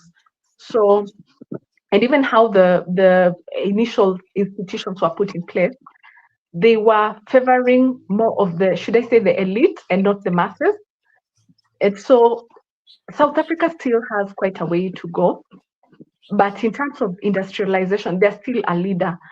So how can we have better relationships, should we say? So of course, leveraging the common things, the things they have in common. For the South Africans, they have the Zulu people, and there are also Zulu people not just in South Africa, but also some parts of the other countries in Southern Africa, though a small minority still in Botswana and still in Namibia. So because South Africa has a good industrial base, has a very strong industrial and manufacturing base, and also has a strong financial base, naturally, many people will go towards South Africa to get employment and for better opportunities and all that kind of thing. But because of systemic issues and because the South African blacks feel like they're not even benefiting from the system itself, that's what contributes to the tension. So I'd say for regional integration to be there, it is so key because you see, if they're getting their gas from, they're supposed to get their gas from Mozambique, they're supposed to get their, some of the critical minerals where they can do value addition, they're supposed to get that from Namibia, from Zimbabwe. How are they going to work together if they don't have unity? So I'd say they have to look at what their common goal is. And that could be, what are the shared identities? How did they used to trade before? How did they resolve conflict? And then now just come together and be able to make the institutions work. So that for South Africa, where they've had issues with like especially in the energy sector with Eskom, where the power supply has mostly been to the industries and not really for the common people, how to build and make sure that it's more inclusive. And then, of course, the private sector also has a role to play because you can't also just look to the government. Government is made of people, and people are the ones who make up the institutions. But now, when the private sector comes in, because for the private sector, it's about the bottom line, are they able to make profits? So when the private sector comes in and finds the gaps, what are the gaps in energy? Because Namibia is also quite expansive, but not the whole of Namibia is also electrified. So whether you're looking at Botswana now or Namibia, or even looking at South Africa, the private sector now has to look and find what the gaps are, how to fill the gaps and still make a profit. So that even as they fill the gaps, whether it's in energy or whether it's in the products that are produced and manufactured from the energy, the private sector, the companies will be able to make their profit, yes, but they also have opened up opportunities for people. And I think what the people really want is just opportunities. Once people have opportunities and once people feel that they have access to these opportunities, there will be less conflict and tension. So I believe as much as the governments have a role to play by leveraging their histories and building institutions around that, like Namibia and Botswana have successfully done, governments also have to look at what are the common things they have in common with other countries and how to strengthen those institutions. And then the private sector also has to come in and create opportunities so that they make a profit, find the gaps, whether it's in energy, manufacturing, find the gaps, and also make profits. When they find the gaps and they'll make their profit, and they'll also have provided opportunities for more people. And once people have access to opportunities, there'll be less need for conflict and tensions. Not that they'll be completely done away with, but there'll be less. Yes. What is the current level of the quality of these institutions that can be identify the gaps? Really, they have this potential and financial power. Sometimes it is, not enough you only identifying the gaps. When you identify gaps, you also have some implementation strategy and financial background. Otherwise, the gaps will remain empty. So, in terms of quality, I can say we're not, as a continent, and even for Southern and Western, for West Africa, I can't say that they have completely been successful, but there's always room to do better. And you find for countries now like in West Africa, ECOWAS, which is the economic state of West African nations, for ECOWAS, at some point, it's like it wasn't really delivering and functioning. And that's how the three countries of Mali, Burkina Faso, and Niger ended up, forming their own alliance of Sahel. And then, of course, they're expelled from ECOWAS. So you find that if the institutions continue being rigid and playing by the old rules, they're not going to be effective. So I think what institutions have to look at, and not just within the nation, but even within the regions, they have to ask themselves, what are the pain points and how are we addressing them without unnecessary external influence? Because now the question with ECOWAS is it serving the states? Is it serving the countries? Or is it serving now influence from out of the country? Even when you look at the African Union, of course, there's that part where still the European Union and the US contribute financially. So if they contribute financially, of course, they'll also want to push their agenda. So how do you make sure you take care of your people, but you also, take care of the other stakeholders? And that's why I was saying now, that's where we have to learn to renegotiate.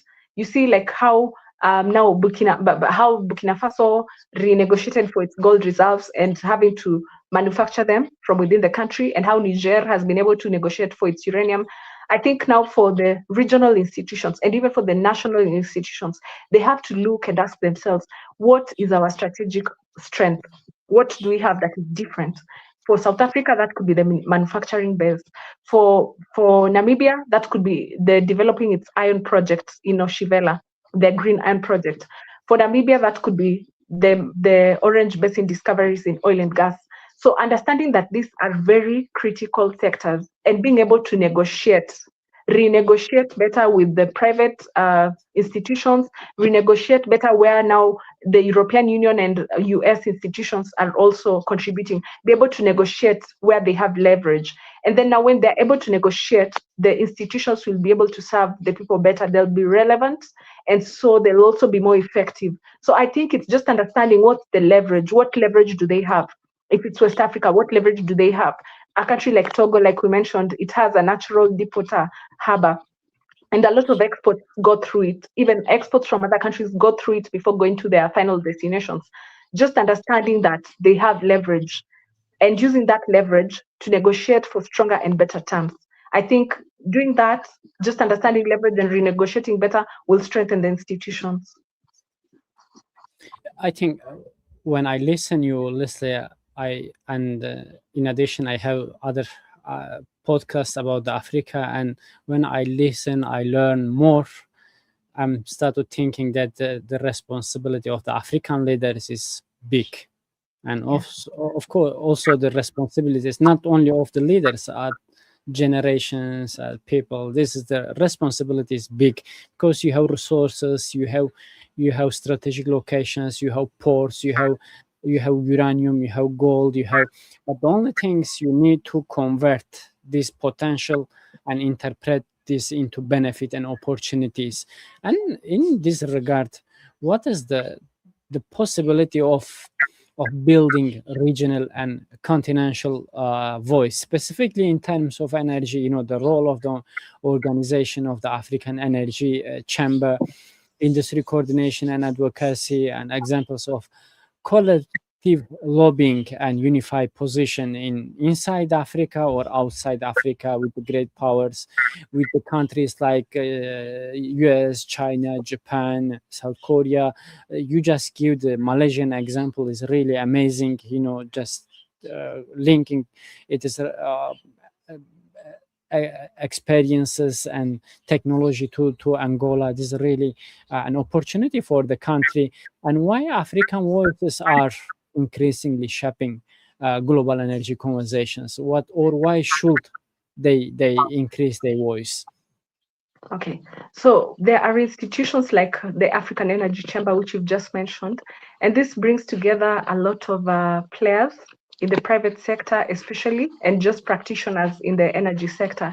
And so they're able to, they're not able to offer like the services, like better services with better expertise when it comes to the legal side or when it comes to offering the technical aspect or the advisory. They're not just critical in this, but they're also very crucial when it comes to like when there was the Russian energy. I think it was Russian Energy Week. You find that they were also involved, and with Venezuela, even after their president was ousted, and they've continued to develop their energy sector. African Energy Chamber was also on the ground. So it is so critical for this to happen. And there's also something that these institutions do. They change the narrative because for a very long time, we all know, when you just hear of Africa and there's danger, there's high risk. Some of this risk is not actual risk, it's just perceived risk. Perceived risk meaning it's just people just look at you and all they remember is, oh, that country and or that continent.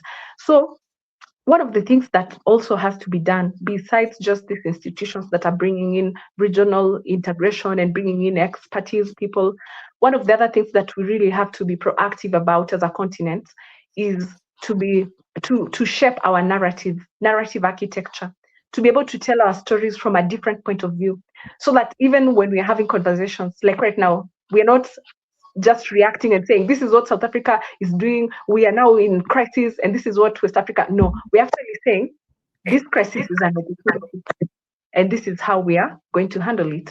So narrative shaping is so crucial. And when you look at a country like America, they are very good at narrative shaping.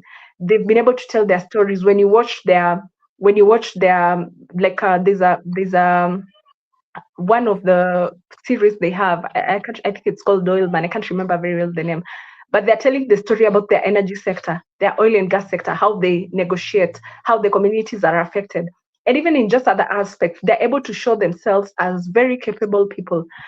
So for us as Africa, we also have to leverage our soft power. And what's our soft power? If I say Sierra Leone, what may come to mind may not be that it's having oil and gas opportunities at the moment. You will probably remember, oh, that's the country with blood diamonds, because there was a movie called Blood Diamond, and it was about how people are fighting for the minerals.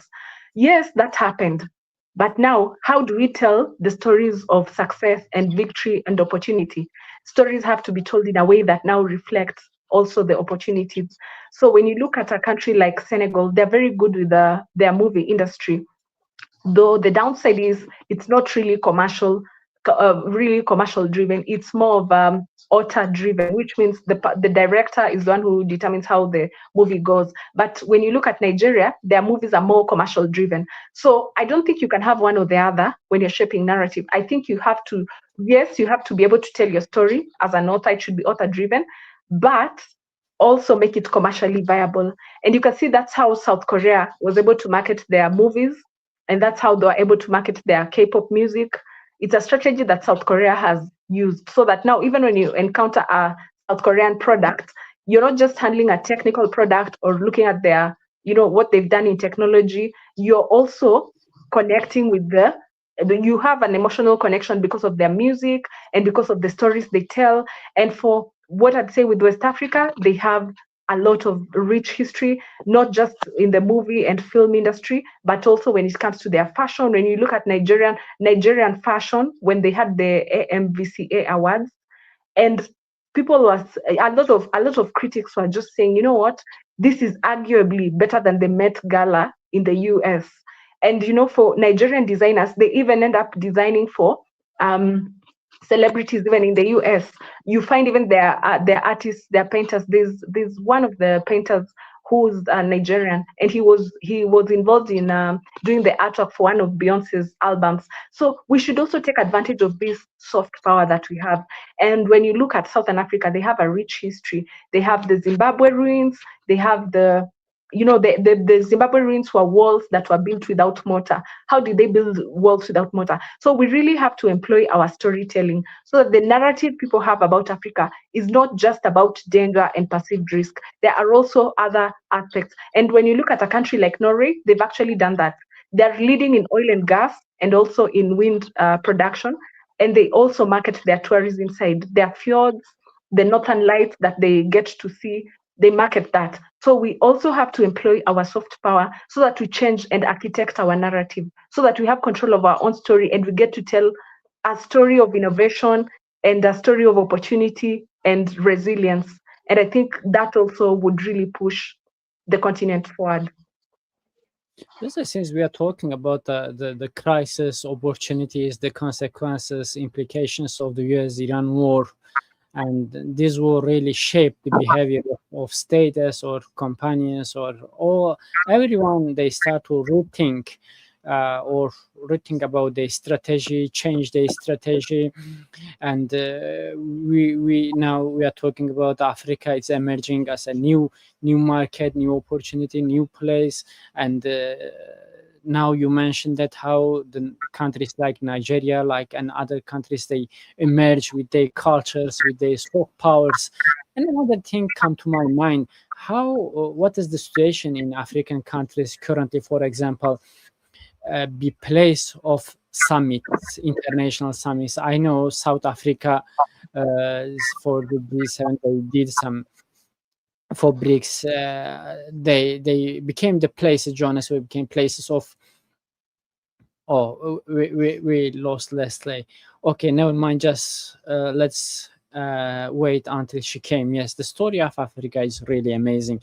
There is the emerging continent, not emerging now, as since from the last decade, emerging. Sorry. Okay. Leslie, just let me continue connecting my dots. Say, in terms of the summit, which African countries has more potential to host international conference, international summits, similar to someone happening in the Korea or other parts, India or other parts. Last time I saw that just most recently Macron come to Kenya. They did a summit. The African leaders joined to the summit. But what about other African countries, specifically in the discussion matter countries from the West and Southern? To what extent these countries, they have infrastructure, they have financial power, or skills, or what we need for the summit they have today, and they can use this opportunity to make Africa more visible on international level, bringing more investments and engaging more with regional and great power countries. The first country that comes to mind is definitely South Africa. And even with the African Energy Week, it's usually hosted in South Africa. South Africa has had, though they faced apartheid, but they have great infrastructure. And then the other country is, of course, also Cote d'Ivoire. Cote d'Ivoire has been a host for quite a number of summits too. And it's almost, besides Nigeria, I'd say it's the other center for a lot of these summits and conferences that are held. And there's also this other country, apart from Cote d'Ivoire, even Ghana, Accra in Ghana is also Yes, the other. I was actually asked about the Ghana and Senegal and Yes. DRC or others, Angola, Zimbabwe, Botswana. What is the situation in these countries? So for a lot of the, whether it's African or international, I'd say Senegal not so much, but Cote d'Ivoire definitely. And then when you look at the other smaller countries, okay, not really smaller, let me not say really smaller, but let's say a country like Angola, what they've been able to, the conferences that they have been able to host are those about investing within Angola, not really outside. So I'd say there's still room for development and for capacity. And I believe even as the energy sector continues to grow, when there's also need, the other countries also get to step up to be able to provide these services. And sometimes it's not even about the size of the country, because when you look at Eastern Africa, Rwanda is quite a small country. but it does get to host international events because they're very good in hospitality and event management, and they're just seamless in how they carry out their logistics and transport. Which country? Sorry, I just missed the name.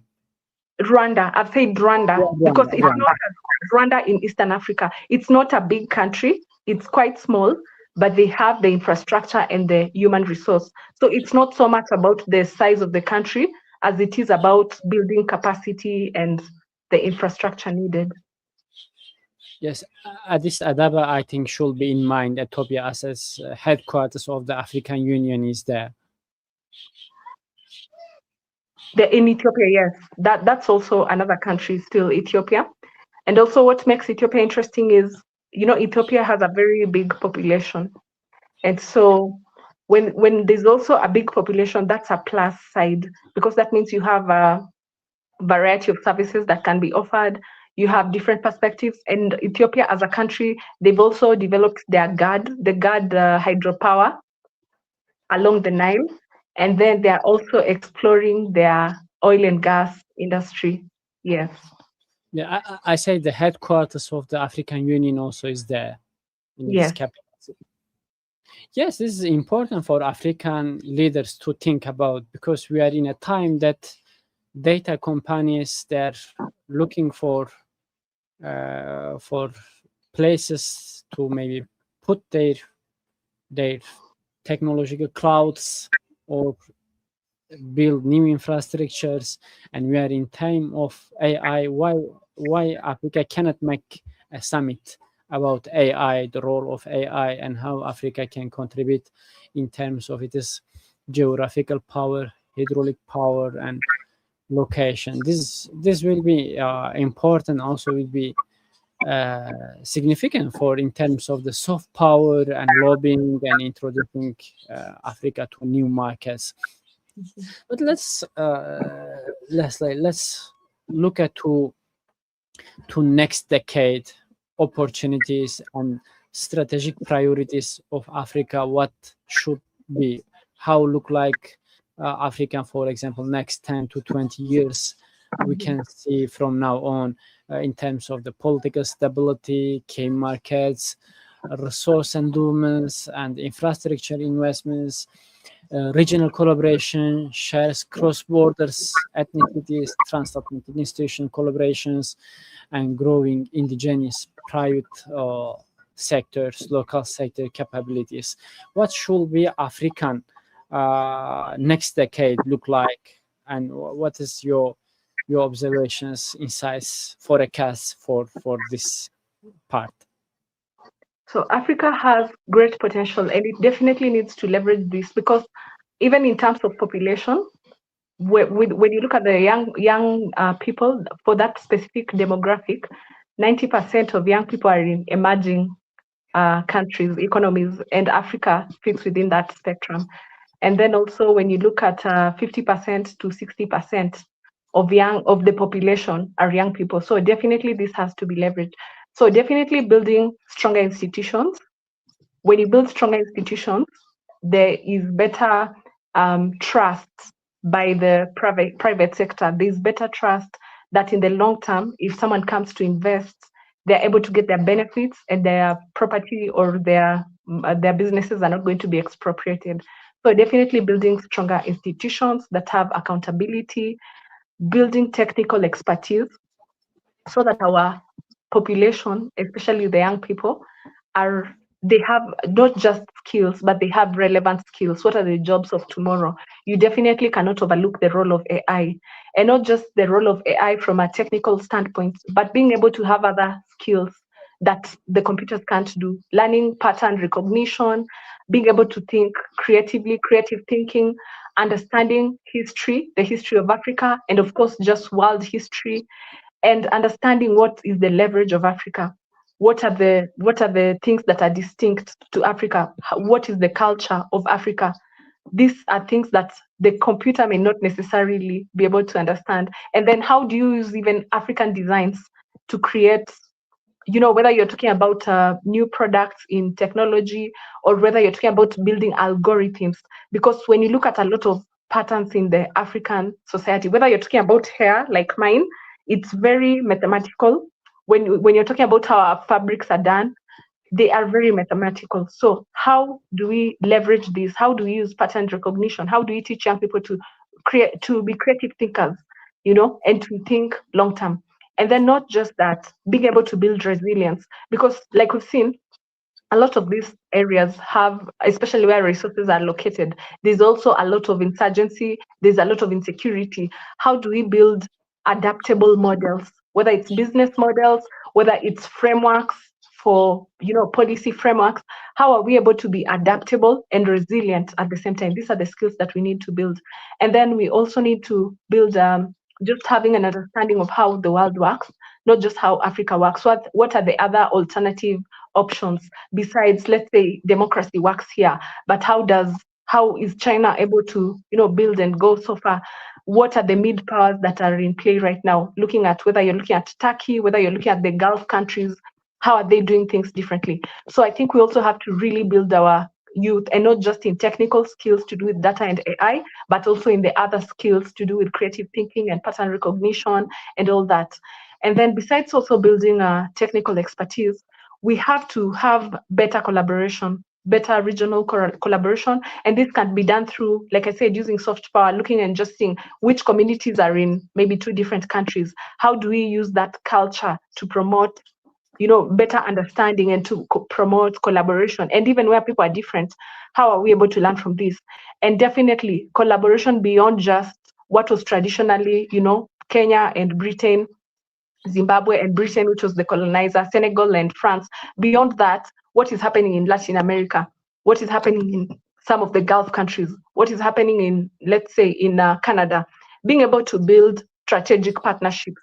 And most importantly, not just based on ideology, but being pragmatic. We have to be pragmatic, because when you look at even a country like Singapore that was able to rise, and Lee Kuan Yew always said he didn't have a specific ideology that he stood by. He did what was pragmatic, practical for the people. So just being able to look at partnerships beyond what we've conventionally partnered with, and being able to leverage those strengths, because I believe each region has something unique and a unique perspective, unique skills that they bring to the table. So being able to leverage this and being able to build, being visionary, long-term visionary, like what is in Namibia and Botswana, so that we are able to think 5 generations down the line, 6 generations, 7 generations down the line, so that we are building for the long term. It's not just about short term and how do we get capital, maybe get capital and there's rent seeking, and when you're not really building structures for the long term. Definitely leveraging technology. Like I mentioned, the company, Nigerian company that does hardware and manufactures drones, to be able to do surveillance, so that you don't need humans on the ground and there's no unnecessary loss of life. Being able to leverage technology and to use technology to build better systems, more effective systems, more resilient systems, and also just building it as an economy alongside energy, because you also can't have energy without technology. You need energy. Where there's energy, you still need technology to even create composite materials, new materials, to be able to build new materials that are able to withstand the heat and pressure, new materials, whether it's in geothermal prospecting, so just being able to leverage technology, and definitely being visionary and having conversations now like we're doing, being able to tell our African story, so that we're not just looking like, we're waiting for Iran and Israel to happen to us, but also just being able to say, we understand our strategic location, we understand what we're able to offer, we understand our continent, why don't we come together and build? So I think by doing that, we'll be able to position ourselves better for the future. Yes, actually, Africa currently has everything, almost everything, and has some of the strongest leverage to jump up as an international power, if they are able to be unified, or whether as several independently or separately countries reach to the international level, became a regional power. Africa really has, has this. They have resources. They have, as you tell us, Lesley, during the entire conversations, the uranium. Now, this is one of the most significant minor rare earths that lead to the countries to clash each other now one of the most important reason of the US and Israel and Iran war is the uranium, enrichment of the uranium. And Africa has the resources of uranium. They have the resources of the gold. It is strategic importance is maybe doubled or 10x is increased after the wars in Middle East. And the countries, the companies, they looking Africa, how they can invest, how they can benefit. But interestingly, you give the example of the Singapore. Of course, when this crisis is coming, you must be ready. As I mentioned earlier, you should currently the African society and leaders. I'm not finding myself in a position to teach you the lesson. Just as an observer, I think the only thing Africa need is connect the dots. You just remind me Lee Kuan Yew. Lee Kuan Yew, when first Singapore became an independent state, separate from Malaysia, there was a Malaysian islands. Maybe most of the Malaysian even they don't believe that Singapore one day will reach this level. And the leader itself, Lee Kuan Yew, has one important quotes. He said exactly, I'm just quoting, he said, it took me 40 years to bring my people in this level. He said at the beginning, some of them, they don't trust themselves. They don't believe they have this potential. They need to discover their potentials. But the first things Lee Kuan Yew did, I think he implement the rule of law inside the institutions, and they say there is no room for corruptions. That is why today Singapore is a small island. You can just travel across Singapore maybe in 1 hour. Entire the country is an island. It's a beautiful country. Really, I when first time I visited Singapore, I was shocked. Like you are in different universe. Yeah. Yes, in the different universe. You know, you look at it as technology, you looking at it as building, it is infrastructure, everything is symmetrical, including the trees and the environment. You look at the Singapore's airport, how it's beautiful, and I think many countries, not only Africa, many countries should take lessons from the Singapore. But this is, about the education, about the human resource, and about knowledge, skills. As my experience, I already told on my previous podcast, I have many African friends, and as I experienced till now, they're really highly capable people.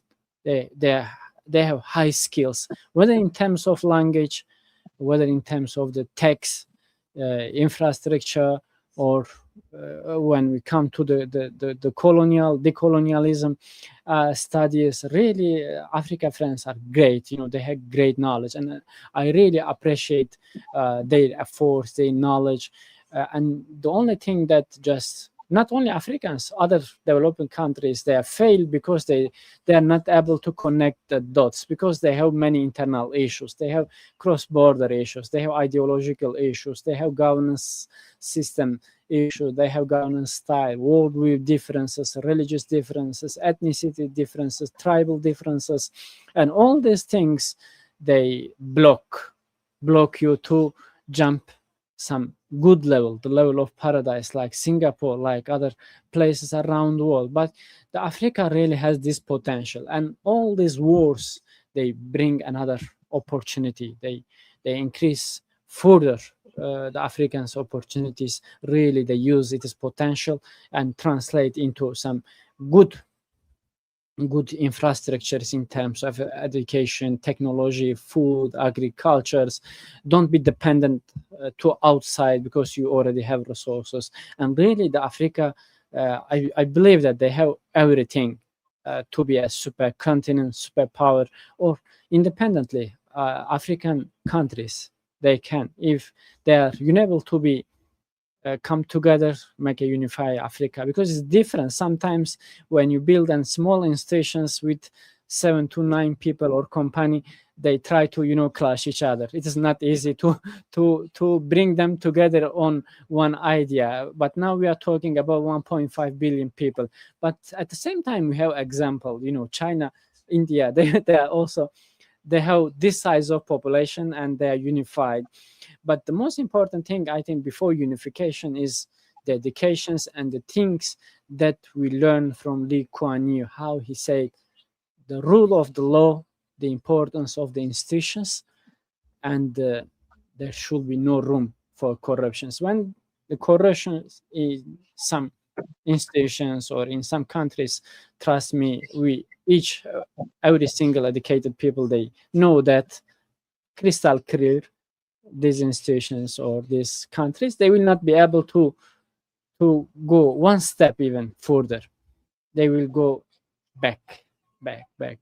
And to before just close our this important conversations, Lesley, how do you see? I want to ask, how do you see the future of Africa? Do you see where do you see the future of Africa? Because we are in a multipolar world order. Whether the US still even doesn't lose its full military power, it is still hegemon in terms of military capability.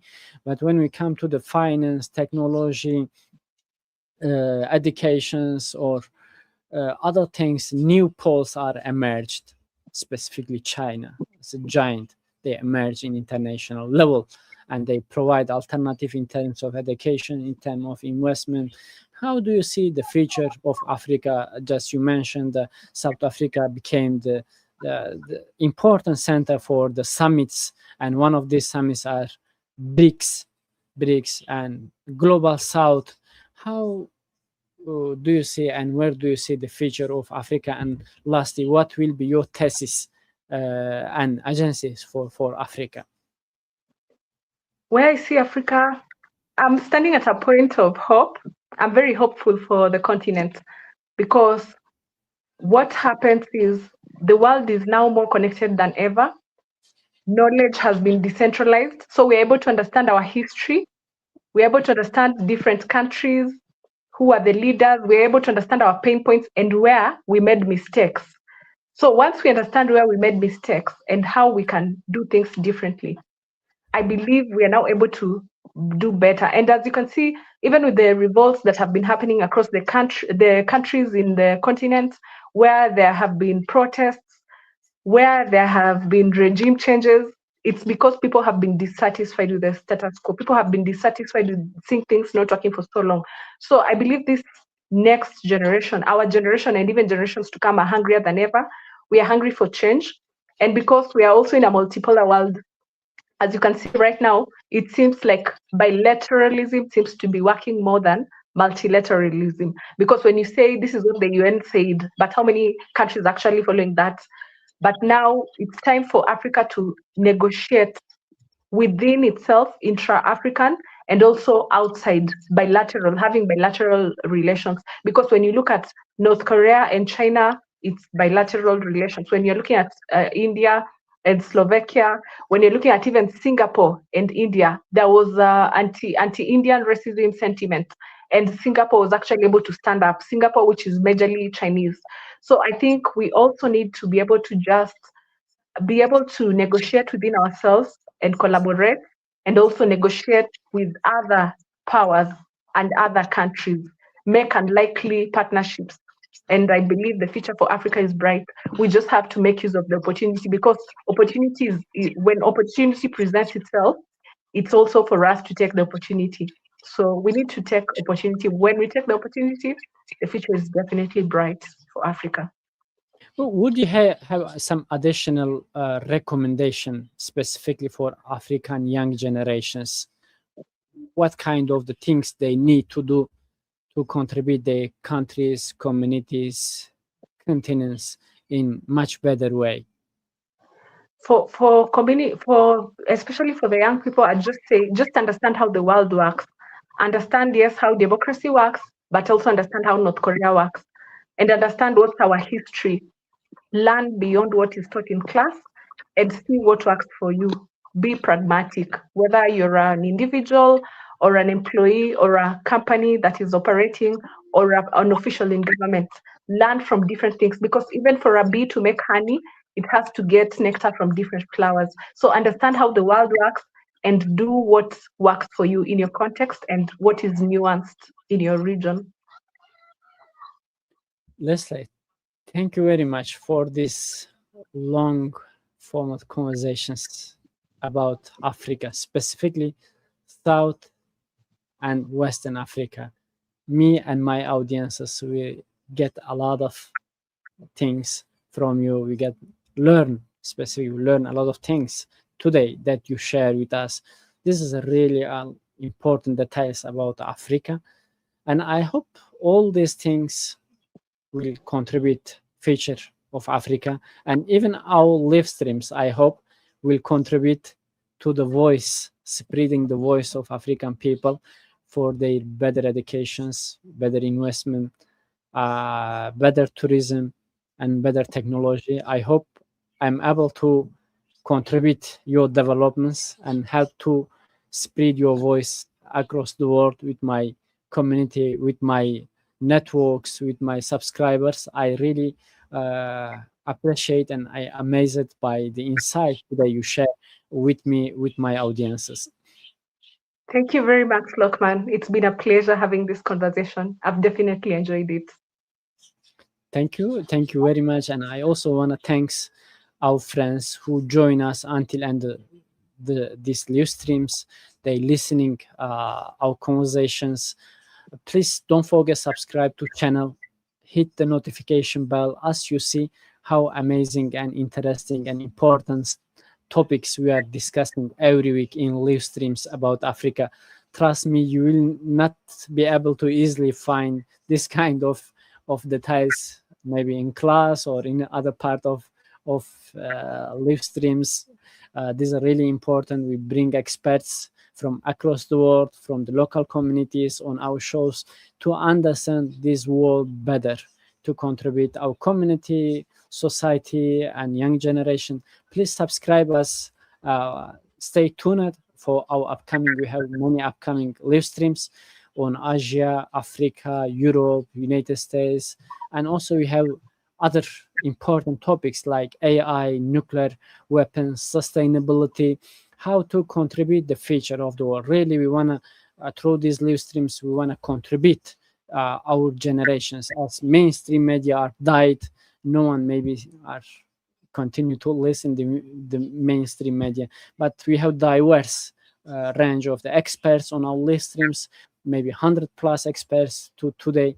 We more than 100 plus actually, from the diplomat, educators, researchers, analysts, scholars. They come on these shows, they tell us about their story, their experiences, and how we can build a better world, better countries, better states, better educations. Please stay tuned and have a good night, good morning, good afternoon, whatever you are living now. And stay tuned, please. Waiting for our next live streams, and see you. See you. Bring your comments and questions. We are waiting for you. Looking forward to seeing you on these conversations.